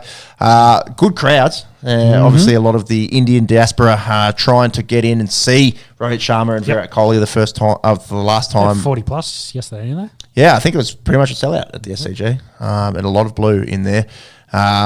Interesting, Shubman Gill's lost 18 coin tosses in a row, apparently. So the chance of doing that is like 1 in 260,000. So not a good guy that you want to have next to you on the roulette table in the casino. Or is he due? Maybe that is the guy that you want to have. He's saving all his luck have 18 for in a the row. 18 in a row. Let's go. Australia actually chased in the first 2 games and we win. And then we batted first. And we lose. So Kohli chasing India, good. Well, sounds like a movie I've seen before. How do we feel? Were we excited about it? I actually haven't watched a whole lot, I must say, over the last week. We're waiting. I think unfortunately, it's one-day cricket. So it's just like it's in that if it's form that not a lot of people watch that much. And well, maybe we're the old man shaking our hand at the cloud because I guess we're waiting for the Ashes to come. A few sellouts. Yeah, I think we're all in agreement here. We've been interested in watching Marnus kind of start to the season. And they got to pick him, right? I think he's the most in form at the moment. So, yeah. 4 centuries from 5 starts. 2 in Shield, 2 in the One Day Cup. So was he in the one day team? No. So that's what I thought. And so there should be Shield games this week, I think, and Marnus should be lining up. Yep. Good to see Matt Renshaw back playing for Australia. Batting 4 and 5 and making a few there. Did you see the Nick Madison? I think it's Nick Madison update. See if you can Google it. I think it's. Or maybe I'm confusing it. One of them had to be dealing with cancer. That's why they're playing. Okay, yeah, have a little look there. It just reminded me when you said Renshaw because they were competing at one point. So, yeah, testicular cancer, diagnosed, found a lump earlier in the year, surgically removed, 9 weeks chemo, resumed training, and looking at a return to cricket. Yeah, there you go. been at a bit of a rough patch. Probably was shout up here with it, actually, now that I think about it. They did jog my memory, but yeah, wishing him all the best. Definitely. We could talk Ashes, right? It's less than a month. So, Well, do you want to mention England and New Zealand as a lead into that? Yeah. Because there's a fair few Pommies playing in that team that will play in the Ashes. And outside Harry Brook, not a lot of them doing very much, especially with the bat. yeah, so Harry Brook went mental today with the bat. Otherwise, they wouldn't have got over 100. They were 4 for 10. 4 for 10 and 5 for 33. So they were home and hosed. And Harry Brook batted 5, made 135 off 101 balls, hit 9 fours, 11 sixes, struck at 133, and scored 60% of their runs. Only had Jamie Overton to go with them. New Zealand ended up winning pretty comfortably here. From the test team, so Duckett played, Root played, Brook played, Cast should probably be in their test team, and then a lot of hype around this Jacob Bethel, but I don't know if he's going to be able to crack their top 6. So like over, let's call it half their test team playing in this and looking pretty ordinary. Granted, different country, different format. Right, exactly. I don't know if we need to read it between the But you want some lines form. here. Of course I Want some do. form. Well, the thing that I want to look at and highlight here with the Ashes, and a few people like Stuart Broad's come out and said, it's the best England team to come out since we won down under, yada yada yada. Yeah, is it though? Like, Root's obviously been the best batsman in the world over the last few years. Still doesn't have a ton in Australia. The only player in their squad that has a ton down here is Ben Stokes. Yep. So as good as Harry Brook has been and absolutely lighting it up, and we're talking about him today in our group chats, averaging 57 and striking at 87 in Test cricket is phenomenal. But yeah, hasn't done it against us, hasn't done it here. So a lot of unknowns, I think, with their bats down here, and I think our bowlers are better. Yep.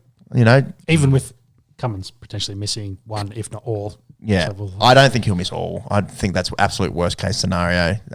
It is back though. That's stressy. That's what worries me. That's and it's something that kept him out of Test cricket for 3 years earlier in his career. Well, didn't Cam Green have the same? And Yeah, sat him Stressies for 12 months. Stressies is the. I guess maybe when you're a bit younger, but you wouldn't think it'd get any easier as you get older. Stressies for the cricket players, the fast bowlers, is the syndesmosis of the NRL, AFL, and the Achilles of the NBA. Yeah. Let's put it that way at the moment. Just so much volume. And it's obviously it's not something that you want to rush back, but it's an Ashes down under. You are the captain. Maybe Boxing Day would be a good little goal to have. Luckily, we've got a pretty ordinary net bowler. It's called Scott Boland that can come in and does pretty good. Did pretty good in the Ashes last time he was called upon on Boxing Day. Build the man a statue, etc., etc. I think that's the play, I think so, I think we talked about Smith will be captain and he'll come straight in. When's game 1? How far away are we? It's November 21, I think, off the top of my head. 4 Yes. weeks. 3.5. 3.5, call it. So, So not too far away. Did I get the exact, look up the date? I think it's November 21. I imagine, like you said, Boland in, Smith captain, Marnus in. Then it won't drop Khawaja, I don't think. So then you've only got you've only got the decision to make Cam Green and Bo Webster, I guess. Bo Webster has not done anything wrong to get dropped. Whether both of them. I saw some chat about whether it asks Mitch Marsh to play. He's looking pretty good in the ODIs. Yeah, well, he's been seen some form, but I think he's probably our third best. Yeah, he's Test cricket all rounder at the moment. Yeah, exactly. Like it's Green, Webster, and then him. But how that makeup is, but he's still putting his hand up. But I think he thinks that's part of his career that's kind of over now. He's already had his second, third stint, so he's just like, I did what I needed to do. So funny when he scored his 100 and he's like post-match saying I was the most hated man in Australia, this and that. He seems like one of the most likable people, not just in cricket, but just in sport. What did you see was the comment for when they asked him if he thinks he'll make the Ashes team? What is that? He said, I've got tickets to day 1 and 2. I'm not sure if the wants to get on the piss. So it's like I'll be at the Ashes. I don't think I'll be in the team. Oh, so funny. He's a good lad. Yeah, it's Perth. It's Perth, so it'd be him and probably a lot of WA boys wanting to support the boys. These are 21st, so not too far away. It'll be interesting for like us working people as well, because Perth to start off with, Day Nighter and Brisbane. So I think very deliberate in the scheduling that the traditional 11 o'clock kickoff actually doesn't start until the third test in Adelaide, which will be December 17th. Yep. Yep. I'm quietly confident. Obviously, our batting has looked dreadful over the last year, 18 months. Well, that was kind of my only other question is if Marnus coming back in the team, and Constance, I think, is the one that kind of misses out. I don't think Constance is in the conversation at the moment, to be honest. And then it's Inglis. Jake Weatherald is a shout, making some runs. I saw Cooper Connolly who played pretty well the other night. Yeah, I can't think he can, because it's. No. If you're getting picked, you've got to be batting top three, right? Yes. And I just don't think Cooper's quite there just yet. I'm trying to remember who they ran. McSweeney hasn't made any runs so far. Yeah, who ran through? Henry Hunt's made a few runs. So again, we're all throwing out names here for one opening position. Yep. I think Marnus will get a gig again at opener. Yeah, I think is the way that it's going to go. Where did they play? What was was it West Indies? No, it was Sri Lanka. That's Sri Lanka series over there where they tried a few guys. I'm not remembering any of those. It's just like that was banging that on the door enough to unseat Marnus as the veteran they could probably just pull back into the team. So yeah, I have the feeling that that's what will happen. I think it'll be Marnus and Usman opening. Yes, as exciting as Sammy Constance was on Boxing Day, just technically it just hasn't really looked that sound. He got bowled. It's a one-dayer, but got bowled playing that ramp shot during the week, and you just think he did ramp bowling during the week, like the week before that as well. Yeah, bowling got him out. Got him in the first innings too. So I'm just not convinced. Maybe I'm old school. He's also young as anything. I'm sure we'll see him win a baggy green again. Yeah, and a couple more years. The excitement of Boxing Day last year, ramping Boomer for 6 when no one else could play him. That's going to go down. That's going to go down in Aussie cricket folklore for forever. But yeah, I don't think he's really that close at the moment in terms of this Ashes. Yep. And the ladies, they play India in the World Cup semi. There's a bit of a sad story coming out that there's some inappropriate touching from some people in India. I think they're just members of the public of the girls. Obviously need to tighten up the security a little bit. But yeah, they have been pretty much unstoppable in the group stages. But doesn't mean anything if you get bumped out by the host in the semis. When do they play, Monks? It's not tonight. I think it's tomorrow. You've got the cricket info in front of you. Yeah, he's literally got he's got an article. It's just an article. All right, let's play a game here. Who's faster? Women's World Cup. They play India on Thursday. There you go. So they've actually got a few nights off. Yep. England, South Africa, Wednesday. The big one for us will be India. It's actually good viewing time for the start is 8:30. I don't think on a school night I'll be going through it in the middle of the night. But yeah, we've looked really, really good in the group stage. But the way that it works is 1 versus 4. Doesn't matter how good you've been in the group, which has been like a league. It's all 8 teams. You all play each other once. But that's must win, obviously. Shout out to Alana King. I think you had there has been taking bulk wickets. Yeah, she got 7 for 18. I think in the last game. Incredible. Sure, Spinner does well in India. Yeah, Healy got turned up once or twice. So yeah, they're doing all right. That's the best figures ever, is it? Oh, for Australia. 7 for 18. Eclipses Elise Perry's 7 for 22 against England back in 2019. So shout out to you, Alana King, having an Aussie record. Going to be hard to beat that, 7 for 18. Also the best in a Women's World Cup. No one had previously taken 7 before. Lots of 6 fuzz, but Alana, first time ever with 7. And then there'll be a few South African girls having nightmares about her leggies, I would say. We'll do probably a full Ashes preview, I reckon, in the next ep because we won't quite be there, but we'll be leading into it. There's going to be a lot of hype. We'll have more Shield games. Yeah, another Shield game or two under the belt. But yeah, it's really only an opening spot. Maybe there's someone other than Scott Boland that comes in for Pat Cummins. I doubt it. I think it'd probably be more. Do they go with Green and Webster? Or I think that's going to be a massive chat. Or do they want one of those guys and maybe someone else, like an Inglis maybe? I don't know. But if Usman doesn't make runs in these next Shield, any pressure on him? I don't think so, but you never know. Yeah. It's probably you think he's last. I think, I think so. He's 37, I think, off the top of the head. Yeah. All right, let's talk some footy. We'll start off with some Aussie rules.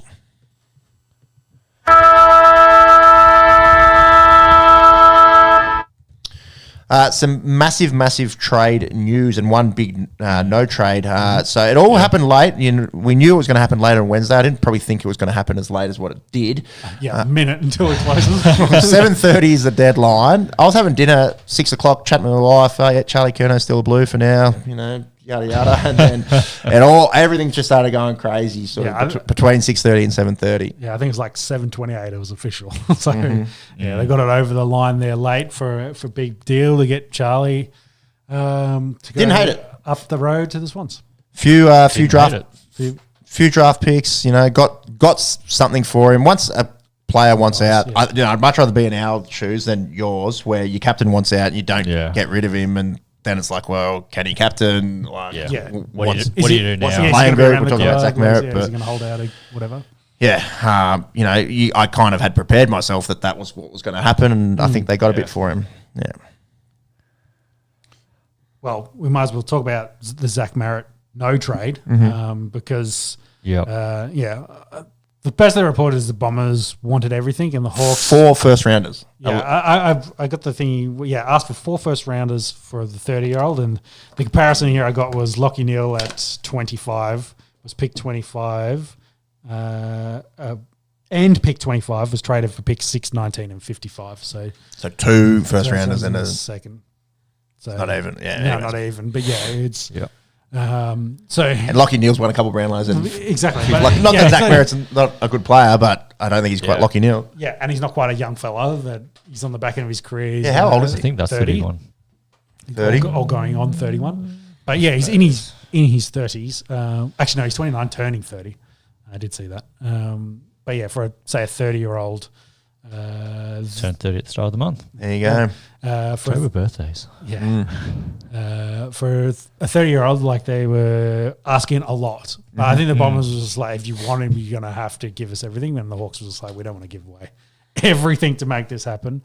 So he probably could help put the Hawks over and to be a real premiership threat. So Watch this space. Yeah, I don't know if he'll be captain. I wouldn't think so. They do lose Sammy Draper, bringing Braden Fiorini for the Bombers.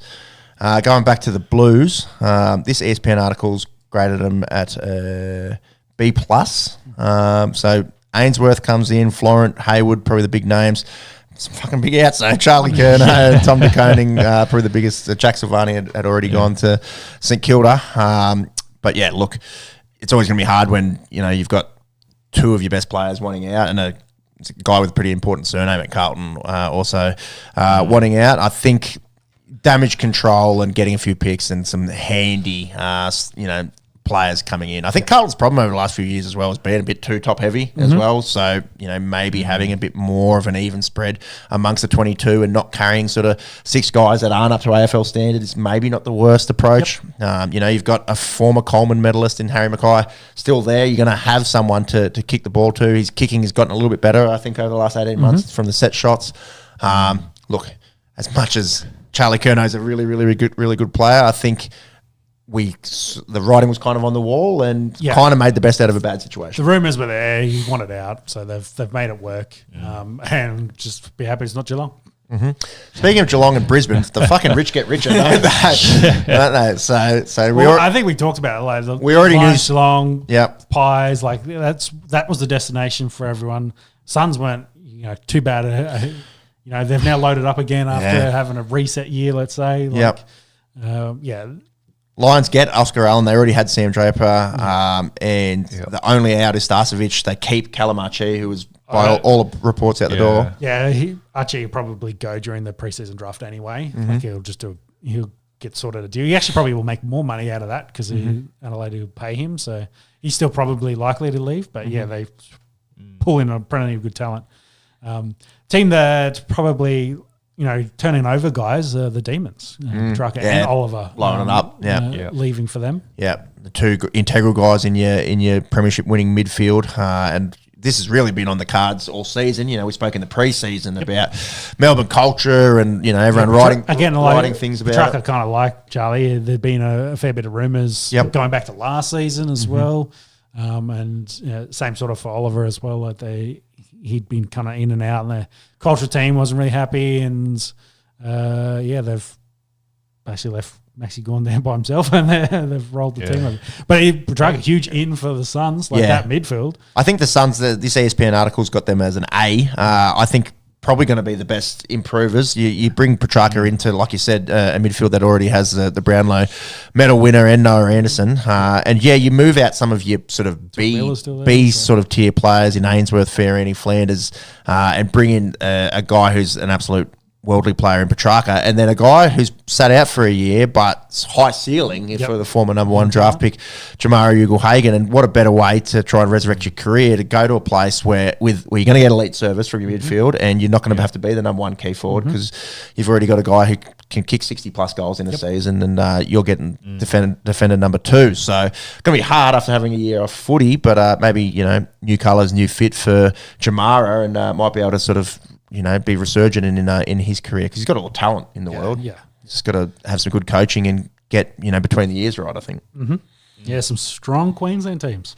Yeah, it's going to be. I think Southeast Queensland are going to be doing pretty good across a few codes, I think, in the foreseeable future. Anyone else to talk about? Oliver. Oliver was another sort of big name. That's a big name. To Giants. Goes to Giants. Didn't have to give up too much for him. This article's got as one of the biggest bargains in AFL trade history. Considering they had the no trade the year before for more, and like his contract was bigger, more money and things like that. Yeah, the Giants got a steal essentially a year later. Also mentioned Melbourne. Also get some good guys in, like Jack Steele and Brody Myercheck and CJ Jath coming in. Like they're no bums Yeah, there. I agree. And it's just not their premiership winning guys. No, it is a bit of a rebuild. New coach, Yes. obviously going to want some new cattle. And then probably St Kilda, also looking pretty different. They already had decoding and Silvani, and then they managed to get Flanders. They do lose Jack Steele, but Saints fans got to be relatively excited, I think, with some new cattle coming in. Should we talk some rugby league? Yep. Sure. Got the Ashes on in the background. It looked like it was all pretty much one-way traffic. I couldn't believe how long it's been. It's been 20 years since we've had a proper Ashes series. They had one lined up for COVID, and then obviously the world changed a lot in 2020. And it seems, in recent years, it's big emphasis on trying to grow the Rugby League World Cup. And yes, what used to be a staple in rugby league sort of calendars, sort of every couple of years. Tour of Great Britain, as you know. Yeah, and that is different. They used to play Great Britain, so they're just playing England yes. now. Although I don't know how many good Scottish and Welsh players could have helped them out here, because we sort of looked a class above. 4 debutants. So Reece Walsh, number 1. I think given the last 6 weeks of footy, still good. No-brainer. Still I think good. was man Put of the him with match. the sword in this, yeah. Yeah, in this one. Turns out toilet water is the same in England. Yeah, baby. Yeah. Might spin the other way. I reckon their toilet water would taste worse than ours. Ours would be nice, crisp, and nice, refreshing on a hot Queensland September day as opposed to rainy England. Probably better off drinking the toilet water than out of a puddle in England, I reckon. Anyways, toilet water aside, too strong. Oh, I was talking about the debutants. Reece Walsh, and then I think in terms of surnames, we definitely would have had the longest surnames getting around in Kangaroos history. Marky Mark, Nwanga Dewisawase won. Shibasaki's about to set one up there, and Keon Kaloa-Matangi making their debuts for the green and gold. So 4 debutants. It was 24-0, about to become 26-0 at 72 minutes. One-way traffic there. That score. And they did have 60K in there, so it's almost sold out. So, they're a pretty good crowd there for this game. 2 to go. So they go to, I think, Everton's new home ground, and then they finish off at Leeds in the next few weeks. And the Pac Champs obviously going on. In the Southern Hemisphere, we saw that Samoa team look pretty strong today against Tonga in a sold-out Suncorp. So, did lose to New Zealand in round 1. So only by a try. So competitiveness there. When are they going to be tier 1? Probably needs to be pretty soon, you think, looking at them. Let's talk about Samoa's team in particular. Tonga also good on paper, but I was looking at this Samoa team and you should think, geez, it's not far off, being a real world And team. then the implications for eligibility and all that shit is just the conversation's gonna continue. It's very, very quick. You got RTS, you got Brian Toto, you got Jerome Luai, you got Junior Paulo, you got Jeremiah Nene, you got Payne Haas, to name a few. Josh Papali'i, Terrell May, pretty handy type team there. I think it's gonna. Yeah, the conversation's going to continue. We're not going to be able to avoid it. I suppose. What do you want out of Origin versus international footy? Right? Yes. Do you want Origin to be the pinnacle? Then they need to sort of keep it the way that it is, because you've got all these guys that are born here and want to represent their heritage, but also play Origin, which is kind of the current format. Or do you want international footy to be the pinnacle and have a slight hit at Origin level? And then have it potentially a small island nation knock off in Australia or New Zealand. True. I think it's probably a bigger question for what do you do with the Kiwis? Because the exact same conversation is like, Why can't they? Yeah, they've lived here their entire lives. Well, to a point, they have the heritage. Why can't they play for New Zealand and also play Origin? Yeah, the same exact. And the Poms too, like a Victor Radley or something. Yeah, I don't know. that's the conversation. Let's save that for May next year. We're talking Origin. When it comes around again, and the fossils are blowing up about it. Just to cover off, Fiji and PNG did beat the Cook Islands in their games, but I think that kind of leads into what the NRL is actually trying to do, which is grow the game internationally. Because the report is, from a couple of days ago, the bosses, the horseman Peter Valandis is in London. They're scoping out potential spots for games, and they're looking for the 2027 season to have the opening round completely played internationally. So looking at France, London, South France, Hawaii, Miami, Vegas, Dubai. So essentially, seeing what the NFL's kind of be doing as well, trying to grow internationally, copying that playbook is just like, hey, we need to take more games internationally. Let's try to grow to a more global football league. But have it in different locations all over the same weekend. Yep. It would be hard viewing, I would think, in terms of the times. Which is why I think they're doing an opening round. It's just like, we'll do the opening rounds. It's not super implications for the rest of the season sort of thing. It's just like, we'll get it out there, try to promote the game, have these big NRL type events, party weekend sort of things. You'd almost have like just one day of football, just have like time zone. You just travel around the world, one game after another. East to west. True. It's like New Year's Eve, just watching the firecrackers go on 2 hours. That's it. Yeah, it's pretty interesting because I don't think they're trying to compete with the NFL, but outside of soccer, outside of football, there isn't like a global dominant tackle football league. Contact. Contact. Yeah. Sorry. Yes. So contact. Yes. Yeah. It's open slather kind of thing. Yeah, isn't it? Rugby's obviously. Rugby's big in Europe. Rugby's big for international and the European game, but it's the most international of the contact sports. Yes. Yeah. But whether the NFL with its money is going to try to grow and take some of that as with the growth into South America and of course the growth into Europe. It's as well. big in Europe, man. Yeah, like the fact that they can take over, London game every week and like sell out. Now they're about to go to Germany and Spain, and it's obviously so they're trying to grow. So I wonder if again the NRL's just like, well, if we're ever going to do this, we probably need to do it now to kind of compete or be in there as people kind of get interested in more global sports. So it'd be interesting. And of course, they talking about growing the game. You need more players and things like that. So PNG, they kind of announced the 3 locations they're looking at for the PNG club to be housed at. So basically, 2 resorts where they'll have the resort to themselves, or a private island. So that'd be pretty sick. So I could see a lot of people being like, I get paid lots of money. It's a tax haven, and I spend the whole like I might spend 8 months of the year at a resort. Some fellas might be quite interested in that. So it'd be interesting to see what sort of lifestyle that kind of plays out to, and how that kind of fits in. But I've watched the video of them going, doing the tours of the 2 resorts and then showing the private islands. Like, it's caveat. It looks awesome for like a holiday. You go for a couple of weeks, enjoy it.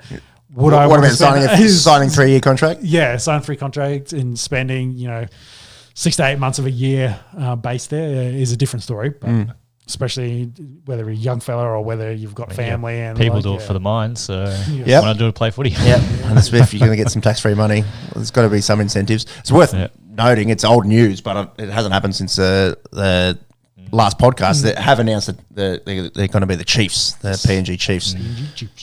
Makes sense, obviously big chief and tribal type culture over there. So, and we did mention the PM11 game there was huge. They keep getting it's mad, rugby league mad out there. It's be interesting to see monetarily what sort of market that is and how that kind of turns over. Yep. That'll do us for some rugby league for this week. We'll see how the Ashes games play out and if the old enemy can be a little bit more competitive. I don't think you want to. Well, it is kind of fun to kick the shit out of the Poms, but I think maybe for the neutral, would like to see a slightly closer game 2 and game 3 potentially. Yeah, I agree. Got to go to sport internationally. Got to make them think they've got a chance. That's it. All right, let's stay in England. Let's talk their predominant code in some round ball.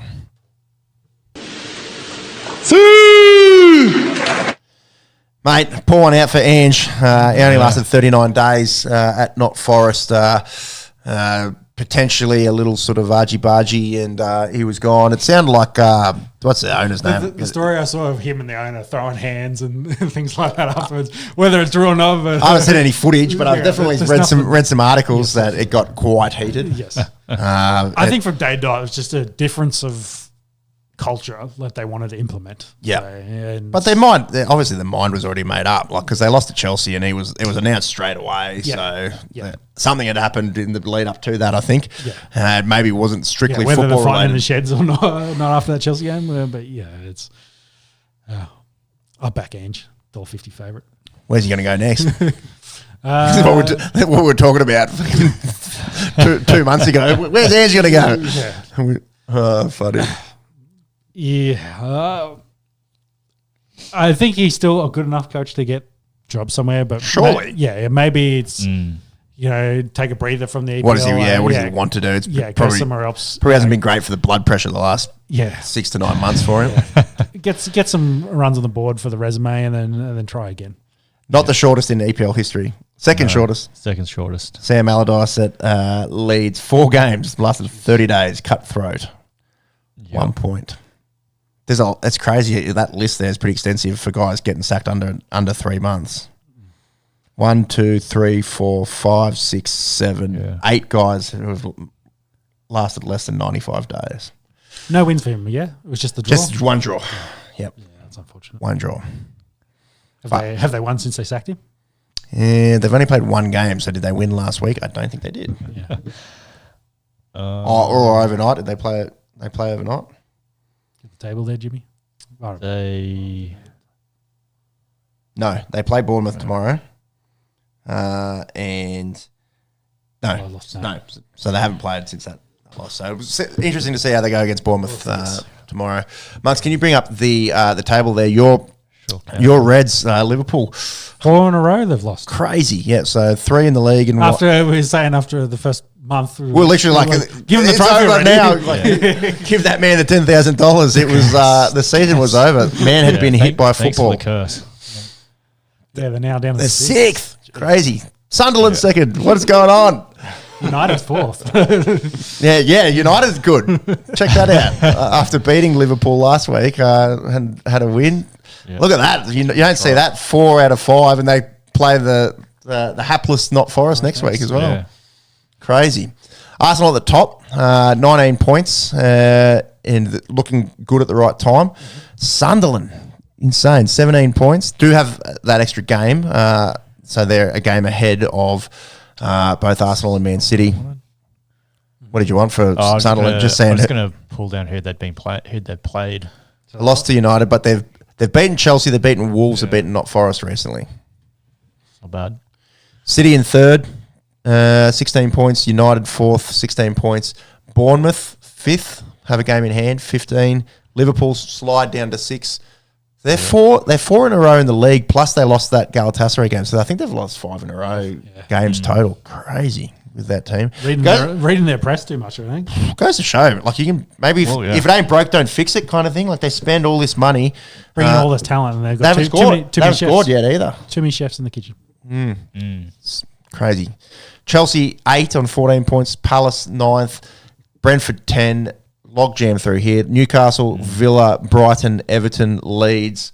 And then the jump from Leeds, so 15 to 16 is 3 points. To Fulham, Burnley, not Forest, West Ham, Wolves in the relegation zone. Yep. Those single-digit clubs in terms of points starting to look like they need to pull their finger out. Wolves just with 2 draws are the only team that haven't won just yet. Well, it's interesting though because I can see obviously the Wolves must have Fulham and Burnley coming up. So that'll be some winnable games for them. Yeah, so someone will win games out of that, and it'll clear up who's right at the bottom. Go back up the top. Who's Sunderland got over the next month? They got Everton next. Can you get the Sunderland upcoming fixtures? Because if they keep stringing a few wins together, All right, Everton, Arsenal, that's hard. Fulham, Bournemouth, Liverpool. So they got 2 really hard games, before the start of December. But who would have thought Sunderland? Looking at their team, like they don't have any big name players. That Isidore up front is not bad. Traore's big solid unit, but and Shaka I think as well. So they've obviously invested well and it's going well for them so far. The Black Cats. There's also been European qualifiers since we last spoke. Erling Haaland is absolutely killing it. We should see Norway in the 48-team version of the World Cup. I think Denmark's pretty much there.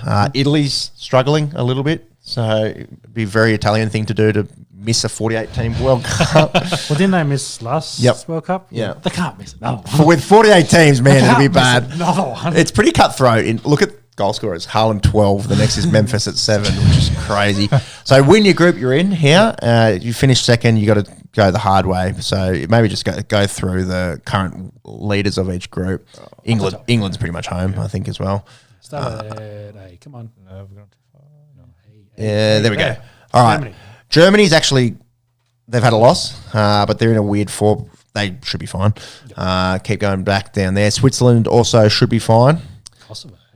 Denmark, so Greece are gone and Belarus are gone. Yeah. Denmark and Scotland, one of them will go through and then one will have to do playoffs. Yep. France have qualified, I think. Does that mean? Is that X is a shorter? No, it's just playoff berth. Yeah. But France are pretty close. Spain, are short of playoff berth. But look at Spain, 4 games, 4 wins, 15 goals, 4-0 against. I'm pretty good. Turkey doing right. In that. Portugal looking good. Netherlands looking good. Netherlands. Poland's up there. How many? They must have played all of them. They've played a few more games, and see how it's 5. Like most of the groups have got 5, but there's just those couple at the top that have only got 4. Yeah. It changes things a fair bit. Yeah, I guess the bigger. That's an interesting group. Austria, Bosnia, Romania. Austria looking really good there. Keep going. Norway. Yeah. So this is why Italy's only lost 1 game. But Norway's just playing out of their skin. They're 6 from 6, 29-4, 3 against. Their goal difference is plus 26. So maybe Italy not too much to worry about potentially, but they might have to just go the hard way. So if I'm reading that right, did Norway beat Italy 3-0? Yep. Fine. Yeah. Zipping. I guess for Italy, they've got a big enough lead on Israel that they'll play playoffs. They'll be fine. They're going to play through the playoff system. Belgium and Macedonia, it's pretty tight there in that group. England are through, they're 7 points. They literally are qualified. Yeah. So 6 games, 6 wins, 18 goals, 4-0 against. Can't do much better than that, old England. Croatia looking pretty handy. This is an interesting story in this group, Group L. Faroe Islands are 3rd. Click on Faroe Islands and give us I love this shit. Give us a population of the Faroe Islands. I reckon it'd be Tuggeranong type areas. Country. Yeah, you actually have to find. There you go. There you go. All right, here we go. Population, Faroe Islands.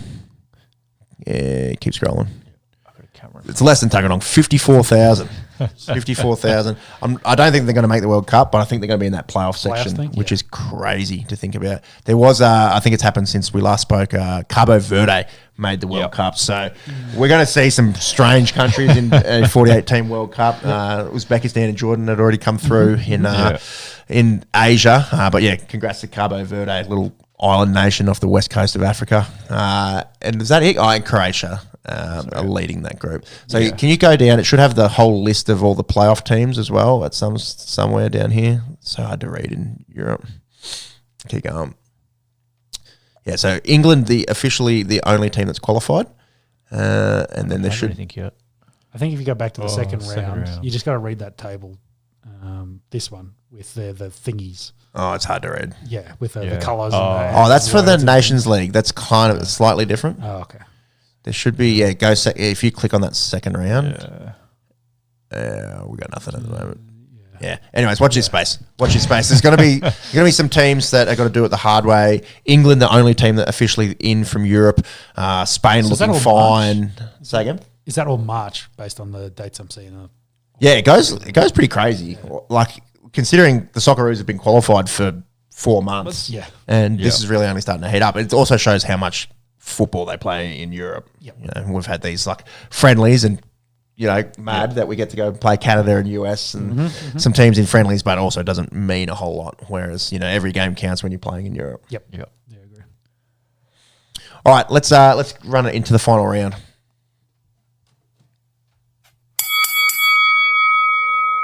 UFC 321 was overnight, and there was an interesting decision in the title fight. Sean, you caught this one early this morning. Tom Aspinall, Cyril Gane. What happened?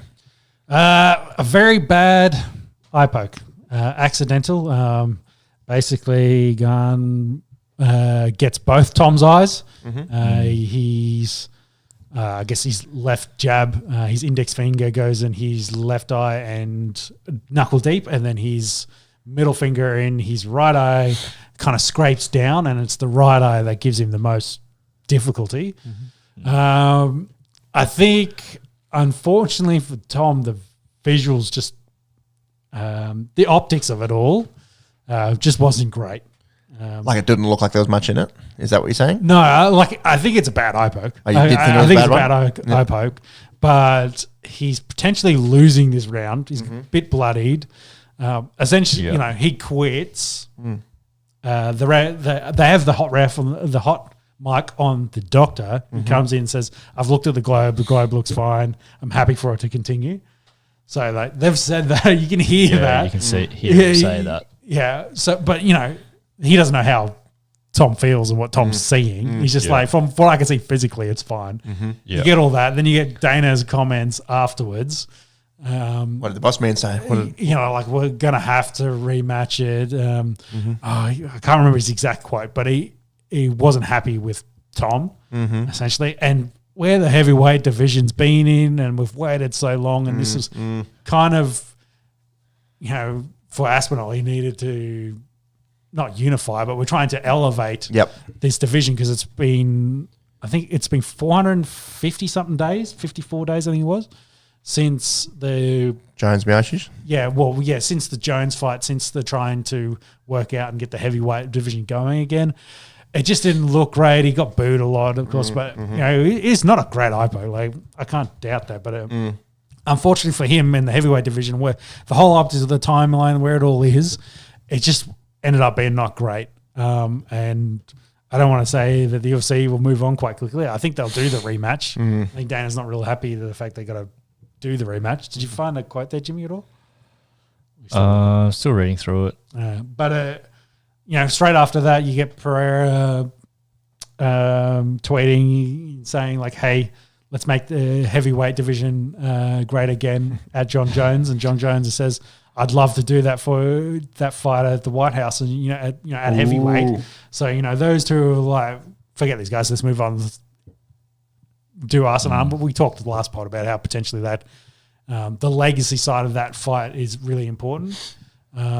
Whereas, Aspinall's kind of starting out in his legacy. Him and Gane need to do something to kind of take it forward. I feel bad. I just feel bad for Tom. I feel bad for the heavyweight division. I feel like the opposite of how it all kind of played out didn't really look good. He gave him the 5 minutes. A lot of people are going to say, he quit on the fight. He could have fought through it. I saw Channel Sona was talking about it as like, I've been eye-poked, etc. Sometimes you just got to fight through that stuff because you got to fight one-eyed, etc. Yeah, that. I don't know. But if you're the champion, you retain. Yeah. But Yeah. that's what I'm saying. The optics of all of it don't look good, and that's why I think Yeah. some of the comments that Dana made afterwards led to that. Got it there. Yeah. Yeah. So he said, well, I guess the first statement was, I feel the way everybody feels, great showing, shitty ending. And then, he's basically just said he can't make people fight he can put the fights together, but if they don't want to fight, ultimately it's up to them. He doesn't know how they feel when they're injured. Only Tom knows how he's feeling. Could he fight? Couldn't he fight? Could he see? Yeah, just throwing up all those questions. Yeah. Because if he legitimately can't see, or even is just slightly impaired, Yeah, and then or goes he out potentially- and gets flatlined. Exactly. And he potentially could have an eye issue as well. They did take him to the hospital afterwards, and Yeah. I haven't heard anything since that. Yeah. I did see that John Jones updated his duck meme on his profile to have an eye patch on it. Yeah. So, It's good shit talker. Yeah. I just feel bad for the heavyweight division. Yeah, I've got the list here. It really, It's just died. it probably hasn't been elite since Miocic days, and Ngannou then came in, and we've had like this exciting like killer who fights at 265, and actually, that's why they have the upper limit, because of guys like Francis Ngannou. And then Ngannou has the falling out with the UFC, and stripped of the title because they can't get the contracts right. And I don't know if that was Francis's fault from what I can see, and it just hasn't really been the same over the last 5 years, has it? Mm-hmm. Yeah, and then of course Garn 2 years later fights John Jones for that belt, and loses in the first round. Yeah, loses in the first round, and then John's got that belt. He defended it once. Got hurt, couldn't do the Aspinall fight. They never kind of put together, and now we are here another 2 years later. Yeah, it's just it hasn't been a great division since pre-COVID, I don't think. No. Which is crazy. Like, it's your premier, it's the biggest, you baddest motherfuckers in the world. Exactly, it's your big Is that boys. causation or correlation? I don't know. One of them. Can you define those for me? But I think, compared to say what all the other divisions are doing, like light heavyweight, middleweight, etc. Yeah, it's stacked. They've been turning over. They've got new champions. There's heaps of talent. Like, the heavyweight division's just in a terrible spot with all those, as we talked about, all those people kind of rolling over and moving on. Light heavyweight, we've had Powhatan come through, be the, pound for pound best fighter in the world. Ankalaev take the belt. Powhatan gets it back. We've also had, in that time period, Teixeira, Blachowicz, Prohaska, Hill, all going through it. Middleweight, Stacked. How good's middleweight? Like Hamza, Drickus, Strickland, Izzy, in the last few years. And Pereira as well. Pereira, yeah. It's it is a strange sort of world that we're living in, where heavyweight is, low on the priority list, I guess, at the moment. Yeah, and there's DC got caught on the hot mic in the interview with Aspinall. I was just telling him, it's like, you could go on a generational run in heavyweight because you should be so much better than everyone else currently. Like shouldn't be someone to compete with you, but Garn looked real game in this, and he's landed the jab really well, leg kicked well, and that goes to some of the aspects of Tom, potentially quitting. It was just like, he was potentially losing that round. You now got 5 minutes of tape, or you've got Garn. Is it more beneficial to you go away, work on the camp again, and then come back? Like, there's the benefit, the significant benefit for Tom to not continue that fight, which is why the optics, as I keep saying, looks bad for it. What more could you do in a second fight camp? Are you sort of taking away what you saw in the first? Yeah, you've seen how his bit. game plan for you and what he's intending to do, and you can kind of work on that. So, when the eye poke happened, when you saw the replay, I was like, I don't think this fight's coming back. No. And Tom just didn't seem keen at all to continue it. So, No, it's disappointing. It's, can happen. You see it happen pretty regularly. You just don't want to see it, I suppose, in title fights, but they'll run it back, and hopefully we get the fight that we finally we want to see in get that division moving a couple of months' time. We do have a new champion in the women's strawweight. Mackenzie Dern gets the unanimous decision, went the distance against Virna Yandiroba. I think I spoke to you boys in the group chat. She looked absolutely jacked at 5'4" at weigh-ins, and didn't see much of this, but she's got a jiu-jitsu background, so presumably just worked her on the mat. Unanimous decision. So congrats to Mackenzie. Yeah, from what I read and what I understand, I think Whaley Zhang, who vacated because she's going up to take on Bullet, I believe. Kind of showed how far she outclassed the rest of her division. There was a lot of talk about this fight went the distance. The girls competed, they looked good, but you just say neither of them was going to beat. You reckon Zhang and Bullet a fair bit ahead of them? Yeah, well, hard comparisons because two of the best female fighters of all time. Yeah. Zhang held that belt for a long time, and she vacated it because she's going to go up to move up to flyweight to chase Bullet to try and get that belt. Yeah. Had some good little pocket rockets in strawweight, hey, like Namajunas, Andrade, Esparza. Fun little Joanna. Fun division. I'm just having a look at Shevchenko. That's right, Grasso did have it for that little bit in there, but Shevchenko pretty much the lady to beat since about 2018. So that'll be a mad fight. Yeah, and Harrison's going to get Nunes. Do you know when that is? Whaley and Shevchenko? Good question. See if it's booked. I'm pretty sure. Well, that's what she's gone. She's gone up to that division. It's just whether you'll see next month. Next month, yeah. Not long to wait there. Fun fight. There wasn't too much to write in the rest of the card. Nurmagomedov, Umar, pretty dominant decision in that one. Alex Volkov in the heavyweight got an interesting split decision there. There's a lot of talk that Almeida, I think that's how you say it. Yeah, close. Laid and prayed basically the whole fight. So try to get takedowns, lay on top of him, and he basically did no action. And from what I saw, a lot of people, like the judges, did. MMA fans are solid by not giving him a win for that outing. So, and then the light heavyweight, that was a pretty good ending, pretty good finish to that. And I think it was an Aussie, wasn't there? Yeah, massive shout out to Quillian Salkid. I think it got the finish of the night with a head kick. I saw some sensationalist mainstream media articles about the headline was like watching a murder or something.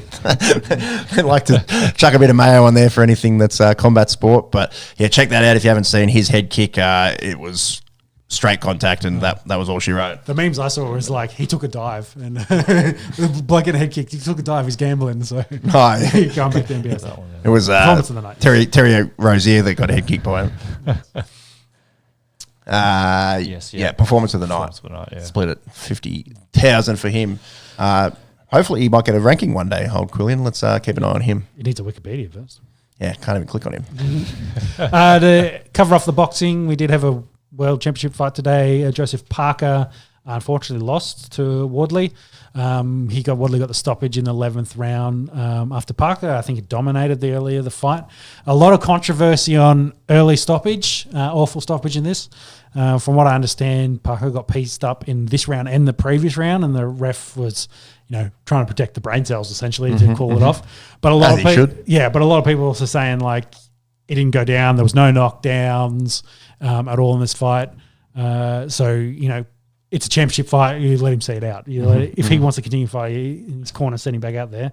Let it continue. So whether they run that back, I'm not sure, because Parker was kind of, again, trying to angle into that conversation with some of the other heavyweights. So it'll be interesting to see how that kind of plays out.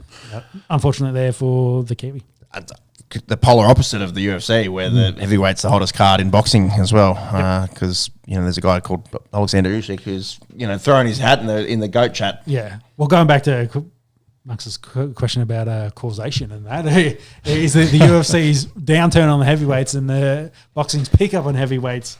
Maybe have a bit of a line there as unrelated, I would say. But as people are looking for fighting and looking for big boys, have turned over to watch the big boxing instead. There's just so many cool heavyweight fighters at the moment. Usyk has nearly all the belts. That's Wardley's second belt now. Yep. And there's a few other guys. Pulev and Khabib that also have them. That is it for Biffs. That's it for Biffs. Let's talk some motorsport. Bastian Vettel. Bathurst last week, Bacon Christmas, how was it? Yeah, it was an excellent race, actually, because it got wet and wild. So a lot of league changes, a lot of crashes, a lot of safety cars. I'm not. Did you guys see the video of? I can't remember who it was. Dodging the kangaroo coming across, going down Conrad Straight, doing like 300. The kangaroo comes out and he just goes to dodge around it. So yeah, some good reflexes. The most there. Aussie thing ever. Yeah. Oh, very much. Had to dodge a kangaroo, and then he had to dodge a fucking JD and Coke. Well, it wasn't the most Aussie thing that happened on the race because who? Oh yeah, Chaz Mostert crashed and then jumped the fence and sitting with the locals. Got a beer within like 10 seconds. So yeah, he necked that can too. He must have been thirsty. Which was interesting because they went to the Gold Coast to do the big Gold Coast races, and he won both of them. So yesterday and today, performance enhancing. Yeah, exactly. It's a bit better than that toilet water. So don't drink and drive. It's just a can of toilet water. So the Bathurst winners with Matthew Payne and Garth Tander, and Gold Coast today and yesterday was really good. Plenty of wallbacks. They have the big ripple strips. So the supercars, nice street circuit there. Yeah, the supercars getting off the ground and basically flying the length of an Olympic pool is the stat they were using. So yeah, it's pretty crazy. Basically, nearly every car lost its side mirrors. So there's a whole bunch of side mirrors in the corners of the racetrack. So pretty wild. But yeah, supercars in the pointy end of their season. They're doing a playoff style, kind of like NASCAR, which is also getting very close. But yeah, let's maybe talk about F1. Motorsport's so funny. Like some games, Aussie rules gets wet. It's a bit sloppy. It's a bit ordinary viewing. Like it's just chaos. It's chaos. Absolute chaos. And all the rev heads, death. All right. A place where it probably will be relatively dry. Although Mexico City's elevation, F1 is tonight. Is that tomorrow morning our time? So I think it's 7 o'clock. Actually, okay, so it's pretty good viewing there. Yep. So pair that up with some NFL. Exactly.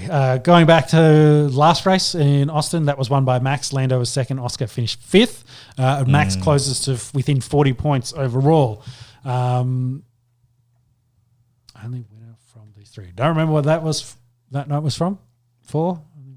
Oh, sorry. Max is the only one who's... No, of those three are the only three that can potentially win the Drivers' Championship now. So mathematically, it's between Lando, Oscar, and Max Verstappen. They're the only ones that can actually win based on how many races are left with, I think there's 5 races and 1 sprint race left that they could do. So swear every fortnight when we're looking at these standings, Max has just been closing that gap, hasn't he? Yeah, and I don't want to say it, but I feel like somehow... You did say it in our group chat. Yeah, I was just like... That he's going to win it again. I'm done. Max is going to win it. He's just too good. He'll somehow find a way to win it. And but going into Mexico, Lando does start on pole. We've got the Ferraris in 2 and 3. Max will be 5th. Oscar will be 8th. So Lando has a big chance to score some big points here to potentially try to open a lead over the other two. But we'll have to see how... Leclerc and Hamilton looked really quick, whether he can keep those Ferraris behind him. So it's going to be a tough old race, or Mexico. It's good and interesting circuit there. Oscar hasn't won since the Netherlands after he was winning them for fun at the start of the season. So, hopefully for Aussie race fans, can see him podium or potentially win it. Yeah, it was him heavy, then kind of him and Oscar, him and Lando, and then Max Verstappen just come through. This is his last 5 races: first, second, second. Yeah, and with a win and sprint race as well. Mm-hmm. So what you're saying is Verstappen's going to win the F1, the Chiefs are going to win the fucking Super Bowl, Maroons will win the next 13 Origins. Yep. You wouldn't be mad about that last one, would you? No, not at all. But yeah, that's kind of where F1's is. Like I said, Mexico's a pretty interesting circuit. They've got the big S chicane that has a stadium built around it. It's cool. Pretty cool. So, it'll be a fun old race there. And for us Aussies fans, let's hope Oscar can get his mojo back and potentially get a win. Beautiful. Anything else to talk about in RevHead world? No, I think that's it. NASCAR's continuing. There are 2 races left to get to the playoff picture, but maybe we'll talk about that when they get a winner. Sounds good. All right. So, what do we spoke about the NBA. Hopefully, no more names get thrown into the allegations. But yeah, as it stands, looks like Billups and Rozier are probably looking at lifetime bans. I'd think. Let's hope the focus now switches to the basketball and this freak that we've got in Victor Wembanyama, and this OKC team. Are they going to be able to run it back, or is that West going to be too tough? We'll definitely see it all play out over the next couple of months. NFL starting to really heat up. interesting. Seasons on the line. Yeah, interesting games tomorrow. There's probably a few that really are must win. I think the Ravens, interesting to see. Speaking of which, the note I've got here is the NFL's investigating their handling of Jackson's practice participation and then ruling him out for the game. So, He bet the unders on himself. yeah, so with all that other stuff going on, God. he's like, he's full participant, why is he not playing? So they're asking him some serious questions. So, yeah. What else we got? We got league, Kangaroos, very, very good. Pack champs unfolding over the next couple of weeks. We've got EPL. Liverpool need to win. Jeez. They do. Yeah. Would like one. Mate, Sunderland's going to win the league. Put your house on it. What are they paying? Oh, it'd be a lot. We didn't check it, but let's just assume it's triple digits. We're cricket. We're not far off. Not far off. Yeah, can definitely start talking some Ashes cricket. The next ep we'll probably do a full preview, I'd say. All right, this is On The Esky. We like our Aussie sport. We like our US sport. We like just sport in general. Absolute nuffies. Check us out on socials. If you find us for the first time here on YouTube and you're here 2 hours 20 deep, thanks. Hit that subscribe button. We generally go at about a fortnightly frequency here on The Esky. All right, until next time, take care of yourselves. We'll chat in a couple of weeks. Bye. Bye.